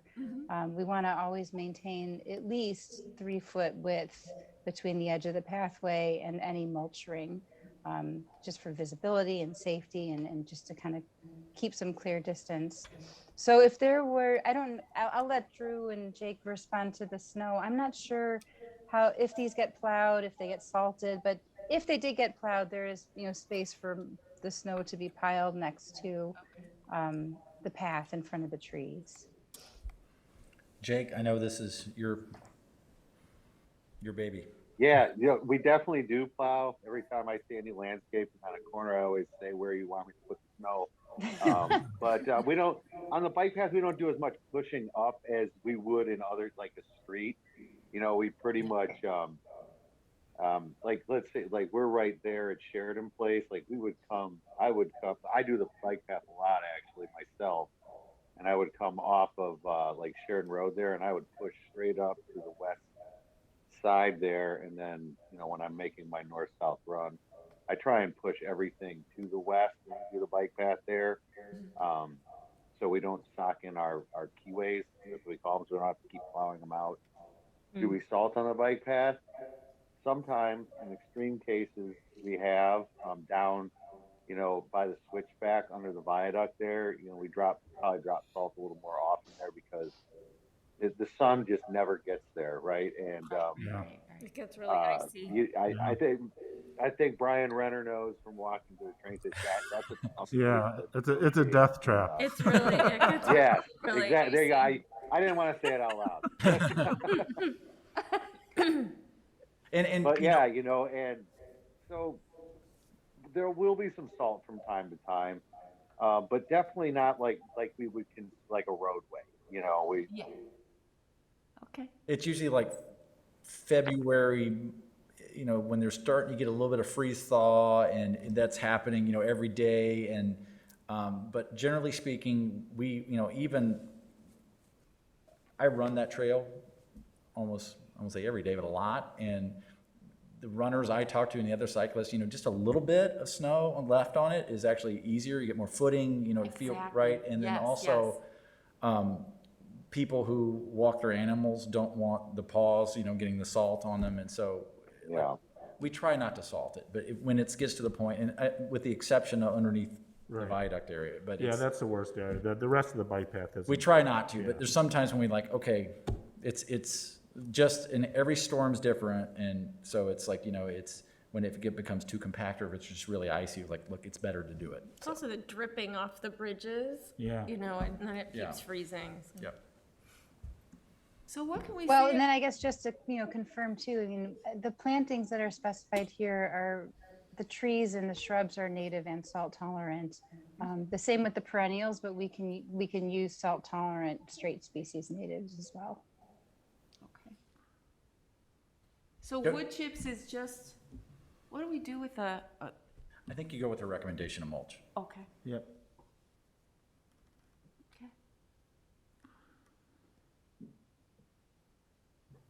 Okay, any other comments? So Jody, we'll get you the layout for the lighting design. Oh, thank you. 'Cause that was That's great. Yeah, and then we can look at those areas that we talked about tonight. What action do we need on this tonight? You're gonna see it again. Okay. All right, then we'll just say this is great, and we look forward to seeing the updates. Thank you. Thank you all. I appreciate all of your great comments. Bye. Have a good evening. Thank you. Thank you. Thank you. Okay, I would like to check the committee's thoughts. We have to talk about the backyard chicken pilot program, and we also had an item to go over the sustainability plan progress. It is 8:35. We can stick it through, or we can make going through the entire sustainability plan and seeing where the progress is our next meeting. Thoughts? Let's push that to the next meeting. I feel it's a long discussion. It should get good attention. Yes, Okay. I agree. would say the same thing. Okay. All right. Do we need a motion to move it off the agenda, or is it good enough? Okay. Consensus is fine. Okay. Okay, all in favor? Aye. Aye. Okay. All right, let's go to the backyard chicken pilot program. Sure. So a brief discussion really to bring two items to your attention regarding our backyard chicken program. So again, the village had start a pilot program in January 2018, adopted those regulations indefinitely as it were in February 2021, so relatively recently. That was at the village board's action and taking care of a few different pilot programs in the books at that time. So indefinitely it goes on without any further action, but that doesn't mean you can't change it if you weren't inclined to. So there's really two issues we're butting up against. The first is when the village board made that program, adopted that program indefinitely. It's a little more salady, but you understand what I mean. When it was put into permanent regulations, they imposed, there was a license cap in the pilot. They increased that cap, but left it in place at 10. And now we're at 9 issued licenses, and so very shortly you would hit 10, and you would no longer be able to consider further licenses. So one question would be if you wanted to recommend the village board increase or eliminate that cap. The second is really around the review process. When it was originally drafted, the pilot program didn't contemplate like a public review. It contemplated that you would go to your neighbors, they would sign a piece of paper, and you would get a pilot permit, right? That doesn't really work well. We, as a village, as a government, we don't like to do things with the consent of neighbors. There's a due process issue, and it seems intuitive that you should get your neighbors sign off, but it's a sticky situation for us. A neighbor could want to refuse to give you permission for very many reasons, none of which have to do with the business of government. So there was this review process put in for the pilot program. As it talks about in the memo, we've seen some signs that maybe that's not working the way it should. And so we wanted to see what your thoughts were about if there should be adjustments or changes or what have you to how the whole lifespan of how we consider these permits. So I have a question. Once someone is granted kind of a permit for chickens, what is the renewal process? Is it just like ad infinitum? They're allowed to do it for as long as they want, or do they have to renew every year? They renew every year unless there were some type of problem. The ordinance provides that renewal is administrative. And what is that renewal process? Is there any sort of, my concern is the last kind of batch of applicants we had for chicken, there was one family that did not have any experience raising chickens whatsoever. They were just like, hey, I had them at my grandma's farm. And my actual concern is for the condition of the chickens themselves, right? Like, are they being put into homes where families have no idea what they're doing with them? Are these chickens actually then ultimately suffering because of the lack of knowledge of care? Like, are they getting funguses, or are they getting diseases or anything like that that could potentially spread to other areas of the community, other animals in the community? So I would like to talk a little bit about what that renewal process could be or might be. Is there a site check that we do that says, perhaps we consider keeping a cap on the number of licenses, but be, I don't want to say aggressive about renewal reviews, but be determined on it. It was just a concern that I have. I personally don't care how many chickens are in the village, but I think it's, we're the ones tasked with making sure that we do it in a responsible way. McKamey, I would have a comment that we don't ask people to know how to take care of a puppy if it's their first puppy. And you are, and I think people that are going to go to the expense and time of setting up a chicken coop and going through that are probably motivated to take care of chickens. And there seems to be a chicken community. Am I right? Yes. And they communicate with each other. So I do understand your concern, because honestly, chickens they always say they're easy. They're not totally easy. Right. It does require some knowledge and some effort, It requires more than I'm willing to take on. And I love chickens, but I'm not going to pick those on. So I think they're at more risk in terms of health, and especially because they're primarily housed outside. Exposure as well and predators is another thing. We let our puppies sleep in our beds. We don't. Right. Well, I don't know how many people let their chickens sleep in their beds. No, that's true. But I think that our historically, there seems to be incredible success with the chickens. There doesn't seem to be attracting predators. Am I correct, Sophia? You're correct. We have had one or two. We had one or two instances of a fox getting a chicken or two. So The foxes? But it was not a huge widespread issue. Because they're not a traditional food source right now, right? Right. They while they may be a traditional food source for foxes, fox don't consider them in this area a source of food because they're simply not here anymore. Well, and you could take precautions Yes. prevent it. Yeah. So it doesn't have to be an issue. But I would say each permit, we get a number of letters, you know, with all the same fears from neighbors, and they end up seemingly unfounded because we don't hear Right. complaints afterwards. Well, I think that, you know, we have a renewal process, and I would imagine that if the village got a stack of letters after the first year, and they went out there and saw something, and be like, renewal, maybe, maybe not, you know, so one of the things that's mentioned is that, like having a dog, if that dog was roaming the streets, was not kept fenced in, was biting your neighbors, was causing, barking all, 3 a.m. in the morning, the village has remedies for that, for that nuisance, just like they would if the chickens were end up being a nuisance. And that goes to, well, it's not a permit forever. It's not you don't have it and there's no renewals. So I do agree that if the renewal process might want to include an inspection and a review of any complaints received to date, but I think that would be pretty straightforward. And I have a question. Do the chicken owners have to provide a record from a vet? That a veterinarian sees their chickens, or is there anything like that? Kind of getting to your issue about the health of the animal. We know all our pets go to a vet and they have to get certain, I just have no idea. I don't I think have some so. friends who are wise, careful, loving chicken owners, and they understand where they live. Some of them live in predator-rich environments, but they know how to protect their chickens in that kind of a situation, and very successful. But I'm just wondering, what is there But again, any follow-up? but again, back to the dog issue. Do you have to take your dog to the vet? Well, for rabies, Well, you have to prove rabies. yeah. But that's it. I mean, if For- you have for a what? parakeet, you don't. Yeah, It's exactly. just, I it's gotcha. not, I yeah. gotcha. I don't think But that. you also don't need a permit for a parakeet, right? You don't need a permit for a gerbil. Your neighbors aren't going to complain about your gerbils or your parakeets or anything like that. You're not letting them loose out on the public property. It's not exactly one-to-one here. Also, these chickens are primarily being used as somewhat of a food source, right? Like, they're either layers or they're broilers. So, I mean, I like the idea of a vet. I don't know how many vets actually make house calls on chickens. I don't know. Neither do I. I mean, maybe it's something that we consider reviewing the next time.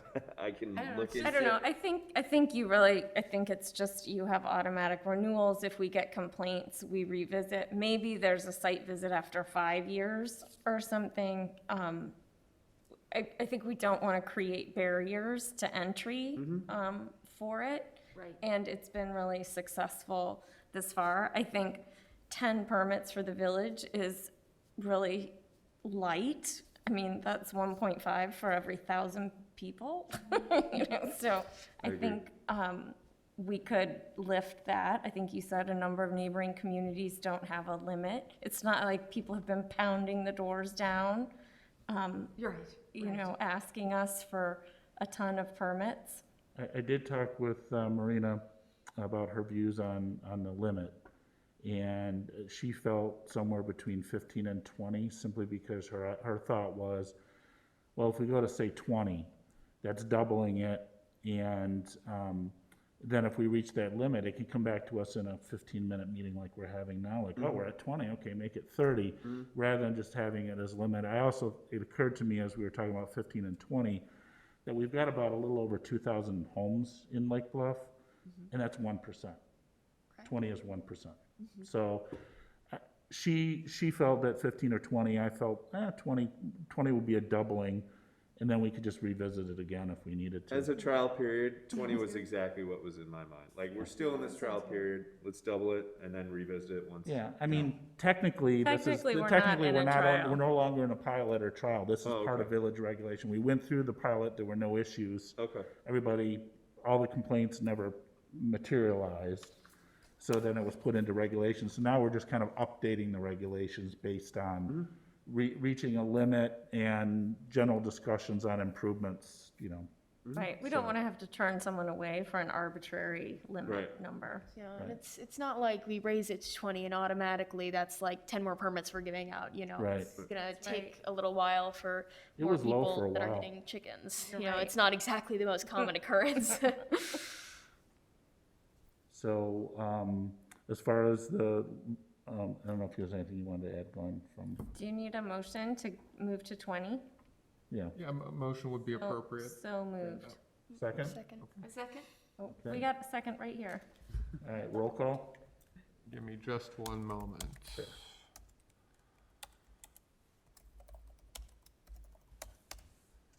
All right, so the motion is to recommend the village board increase the license cap to a total of 20 licenses, up from 10. Member Barrett. Aye. Member Cole. Aye. Member Hance. A. Is that an aye? That was a yay and an A and a, so it's a yes. Okay. Member Richer. A. I. Sorry. I was thinking about your thing. I did the same thing. Tired. New person thing. Yeah, perfect. Member Twitchell. Yes. Co-chair Renner. Yes. Excuse me. Co-chair Perrier is absent, and your motion carries. That's great, and still no B applications. I know. Maybe in the spring. The beekeepers have had a tough time, The Bs have had a tough time. and the bees have a very tough time. Okay, next up, village staff report. Just making sure the recommendation to the board is 20 licenses and no changes to the review process. Right, you do every year, they do renew their, so. Okay. But don't we want the review process to now be staff-led?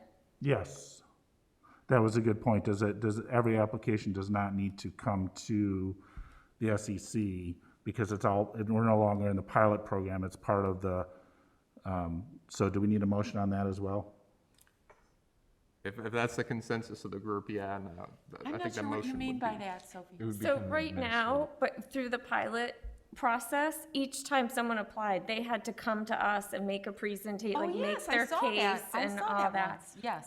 But we're out of the pilot now, so what, really, should people have to do that forever? I mean, staff can Right. manage it. So the approving body would then be the Village staff. administrative staff of Yeah. Village of And the Lakeside. staff can come to us if they recommend there's things to tweak about the process. And I'm sorry, the renewal process is just kind of infinite, barring any sort of complaints. That's what it is right now. So more particularly, the renewal process.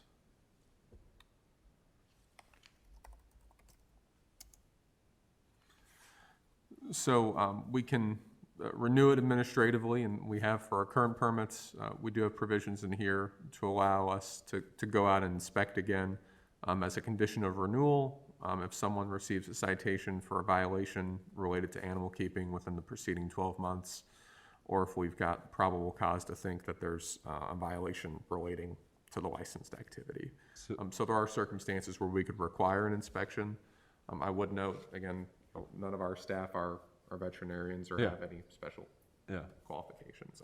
Do we have any Looks like a stipulations? duck, quacks like a duck. Do we have any stipulations for revocation in terms of, do we have anything that says, okay, if one person does A, B, or C, then they get it pulled without any sort of, I don't know, I'm not trying to be the bad guy here and say, let's get rid of all these chicken licenses. I just want to know if there Maybe Things as in it place. comes up, Mechanism to get rid of it. something comes that up, we then hold we ourselves could- against. If it gets, address Because it, there yeah. are certain issues where that would be relevant, you know? It's just hard to tell. It's been so successful that maybe we can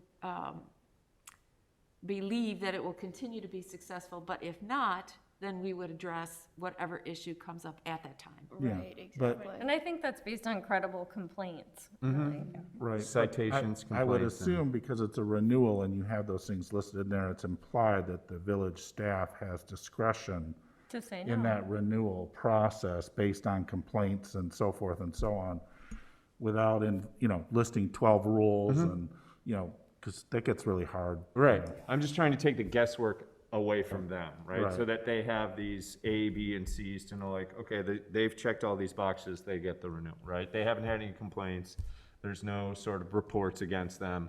I know, And but if they the have, site visit but went let's say well. they have a complaint, let's say they have 2 complaints, and the village looks into it and they go, yeah, it wasn't really much of a Right. complaint. I don't want to have a rule that says if you receive 2 complaints, you don't get renewed. Right. No, I would think it would be a combination of the complaint, some sort of violation of, the village had to catch your chicken for you because it got out, and then the site visit was kind of questionable, right?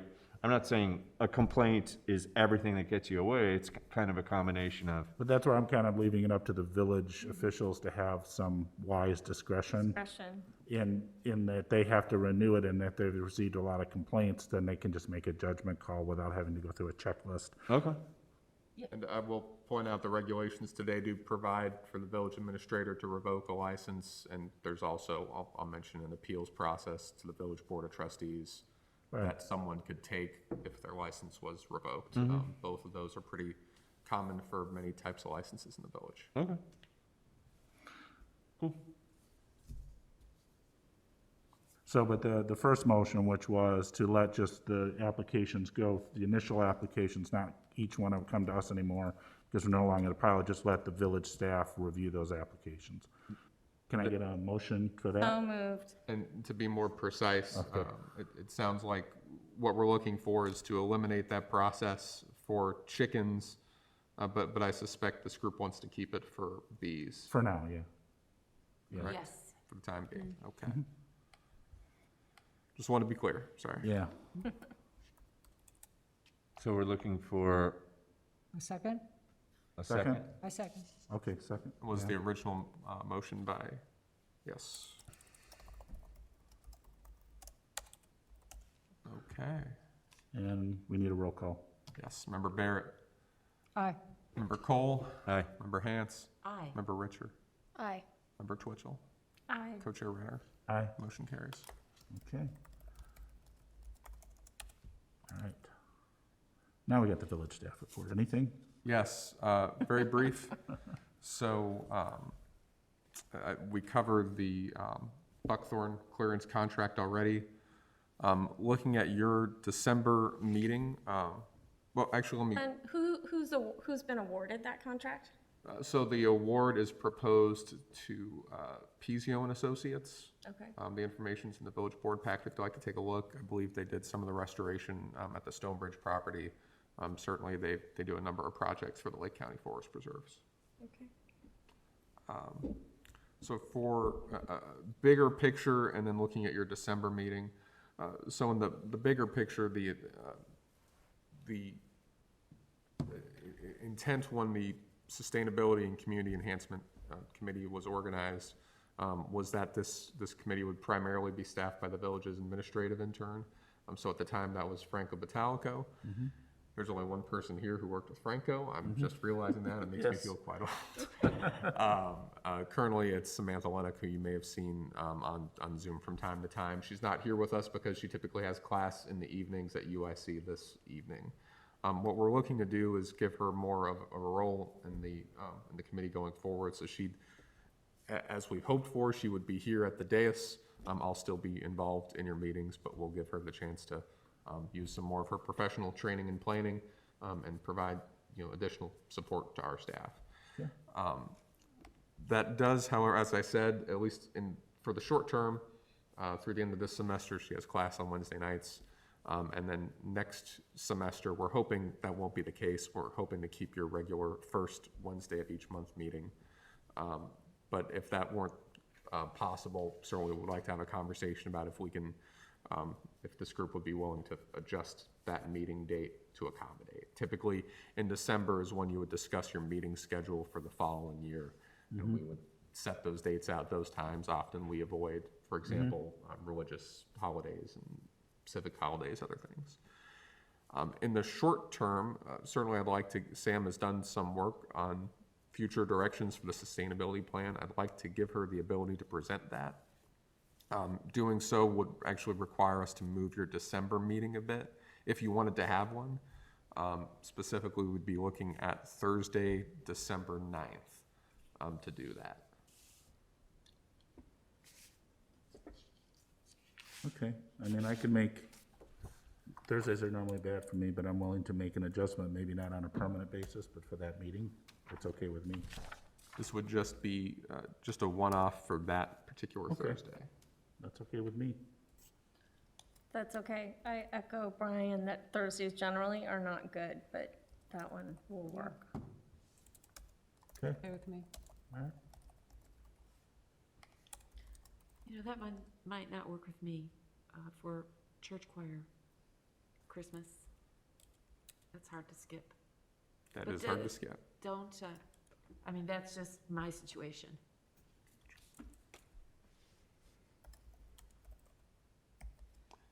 I'm a father of 2 young children. I don't get out of the house much, so that's fine. So you're eager to be here? Yes, exactly. All right. But we do, this group would like to meet in December, and you'd like to continue discussing the sustainability plan information we circulated. Yeah, it's a good time to, at the end of the year, to take a look at where we're at and then plan for the rest of for the upcoming year. So we definitely can delete the first. Yes. Could you repeat her name one more time? Yes, Samantha Lenoch, Lenoch. Thank you. That'd be good. That'd fit in well with the overall topic of the meeting, see what the trends are that she's seeing. Okay. No, Samantha, as I think I mentioned last month, she's an award-winning student planner in this regard now, so. Yeah, that's right. First awesome. award, Award, right? so, Yeah. pretty cool. That is pretty cool. Great. Okay. Members' reports. Anything, any news, any items anyone wants to share? Okay, co-chair report. I will mention that I know that the state of Illinois recently passed some energy improvement laws, including electrification. It might be nice, I'm not fully up to it, if our codes person could give us an update, or the village staff in general could have an update on where this falls in. I know electrification, I do a lot of work in California, is a big issue. They're getting rid of natural gas, they're trying to go all solar and electric and get fossil fuels out of buildings. So it'd be interesting to see what's new in that, because I'm not, maybe you are, I'm not aware of all the details of that bill that was passed. Yeah, I can't tell you all the details either, but we actually, at that same conference, we got to hear from Doug Farr, who's a notable planner and an architect in the region, who is very opinionated about these things and that bill. So, you know, one of his wild numbers, he has a number, but, you know, if you were to eliminate natural gas-powered stoves in houses, you'd drop the rate of childhood asthma by like 30-40%. I mean, it's a Wow. wild number. Wow. I don't know if I'm quoting that precisely right. I'll see if I can get the slide deck for you guys, but he's got some interesting thoughts. Yeah, it's an interesting subject too, and I think California is a slam dunk. I think the Midwest has been more of a challenge with the cold and natural gas being a more reliable source of heating than electricity with the outages that we can experience in winter. So I'd be interested to hear, does that mean that 10 years from now or 5 years from now, I can't get a gas water heater? It'd be interesting to hear. I understand from a pure sustainability, carbon makes perfect sense. Reality. Yeah, You have there's to resiliency think about too. Resiliency the is part of public. sustainability, so. Another of Mr. Farr's interesting points, I won't keep going on, but, you know, California, you say you can't get a gas water heater. In many places in Illinois, you can't get an electric water heater. And one of the provisions California took was if you're a home improvement store that's so large, you've got to have electric water heaters available to purchase, and that's how they introduce adoption. So all these things you don't think about. Right, and all the people in Texas that are buying gas fireplaces after last year, so. No comments. Poor Texas. It's not that poor. Well, I pity the people who live in Texas. Yeah.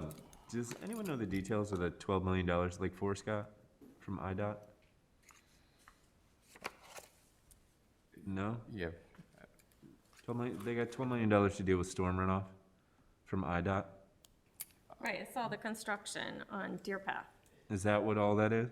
Yeah, Yeah. if it's the project It's I'm the thinking of. it's the underpass, That is? and they're building that big pumping station that's all underground. Is that what that is? I've Yeah, seen so that. on the opposite side from the golf course, it apparently will all be underground, but there'll Yeah. be a pumping station Yeah, there. where the 18th and forever. the 17th and 18th holes are on the Deer Path Golf Course. I can't speak to that, Yeah. but across from the entrance, Yep. kind of, so the south side of the street, and I think they have till the end of 2022 to finish. Okay.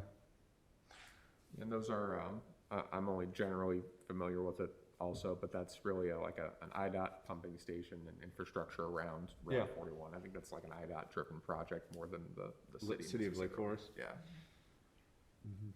Because I know the proposed golf course is meant to handle the same sort of issues on 41, so I'm wondering why are they getting $12 million to deal with it? Yeah.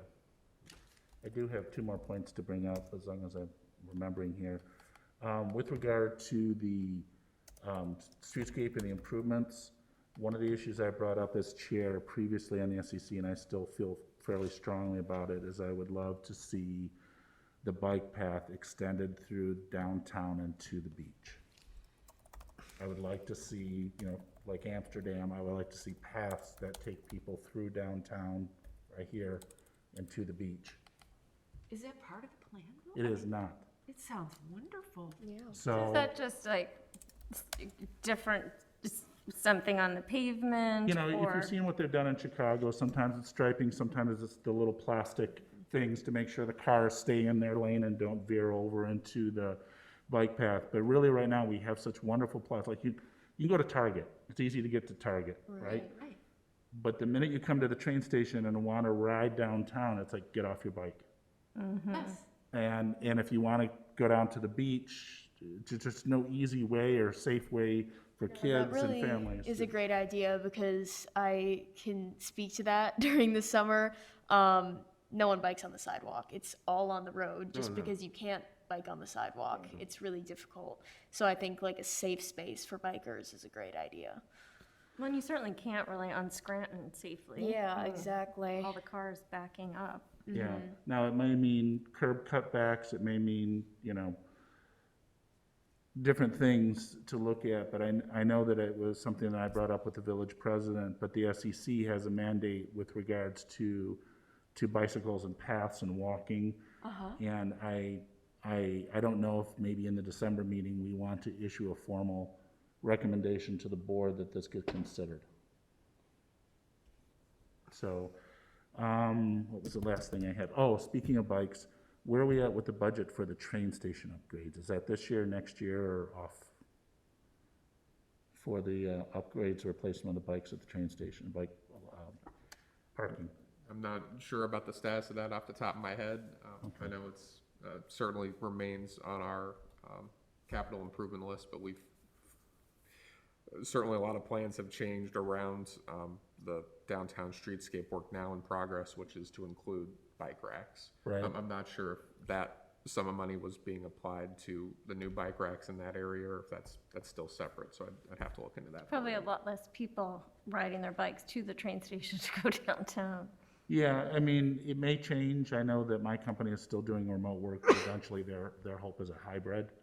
So I've been working mostly at home, but if 2 days a week, I'm back to 2 days a week in the office, I would ride my bike to the train. And like many people, I've had my bike stolen at the train station because the old style racks are not securable. And the downtown streetscape bike racks, they're considering non-secure racks versus the secure type racks, because their viewpoint is if you're at the restaurant or you're having a sandwich at Buffington's, you just need someplace to lean your bike. It doesn't need to be locked. Well, that's the current behavior right now. Even if you go to Artesian Park and see all the kids put their bikes up there while they're going to school, all day for school, I would venture maybe 2% of them have locks on them. Right. That's just the established behavior that's in Lake Bluff. A lot of people just don't think they need to lock up the bikes. And if you go walking up and down the street, on Scranton, you will see people don't lock their bikes up around here. So bikes getting stolen from the train station, I think that could potentially have something to do with just the mentality of bikers throughout the city. Yeah, I know the thefts have been notable at the train station. I don't know that they are, because that's kind of dead during the day, you know, people come in the morning and they leave. Where maybe true, if you're at a, you know, someplace downtown, there's more people moving around, but I couldn't tell you if I've heard reports of bike thefts at, you know, in the general I downtown. know the middle school administration worked really hard to get the kids to lock their bikes Yeah, at school, no. really hard. Well, part of it It's is, just an observation. my daughter's at the middle school too, and she rides her bike sometimes, is that, again, they're using the old carousel bike racks, which your tire goes in, but you don't want to lock your tire, you want to lock the Your frame, and you bike. want to use a U-lock. The only place, because anything with the cheap cables, you know, a hand cutter will do that. So I think that this is something that's come up from the SEC. I'm just bringing it up as a chair to some of the new members. But the Architectural Board of Review and the village have their input as well into these downtown streetscapes. So there's overlapping and sometimes different perspectives between the Architectural Board and the SEC or the Village Board in terms of things like this. Well, you know, I just want to add this. I think if we plan for the future, you know, because bikes are more and more and more expensive all the time. And maybe right now kids lean their bikes, or you go into Bluffington's and you feel happy that you believe your bike will be safe, but that may not always be the case. So why not think ahead and get those modern bike racks in place now? You can still lock your bike there, but it might be better for the future if we think ahead. And say, yes, you know, nobody steals bikes now, but that's Well, not, they do. that could change. Yeah. I They- mean, it's they do changed get already. stolen. People used to not lock their houses. I don't know what the streetscape has in plan. I haven't seen it personally, but I do know that before all of that happened, and especially now with COVID, with all the tables and the chairs and all that stuff that's out there on the sidewalks, downtown, the sidewalks of downtown Lake Bluff Oh, are there's not. a, Yeah. Please continue. I was Yeah. just getting some. So that's the writing. wrong type of rack. Yeah, so I was going, one of my great hobbies in town is taking pictures of this very phenomenon. So, is it really? well, you know, I just, because I Yeah. plan for bike racks, and so here's, you know, the 100 bikes at Artesian Park. With There's- maybe 3 bike locks on them. There's like no bike locks here. Oh, boy. Here are people leaning their bikes up against all kinds of stuff at Yeah. Bluffington's because they want to keep their bikes in sight so they don't get stolen. Here's the bike rack right around the corner. These are taken at the same time. So what can we do on the SEC about our recommendation for, I mean, I'm not sure at how our group works with our thoughts about bike racks. Well, we have gone through this and we have had recommendations done before this planning was in place. There are multiple boards, so we're an advisory committee to the village board, where the architectural board is a established body. There is overlap, you know, so I think what I would like to see moving forward is that the SEC is invited to some of these meetings with the downtown planning, Yes.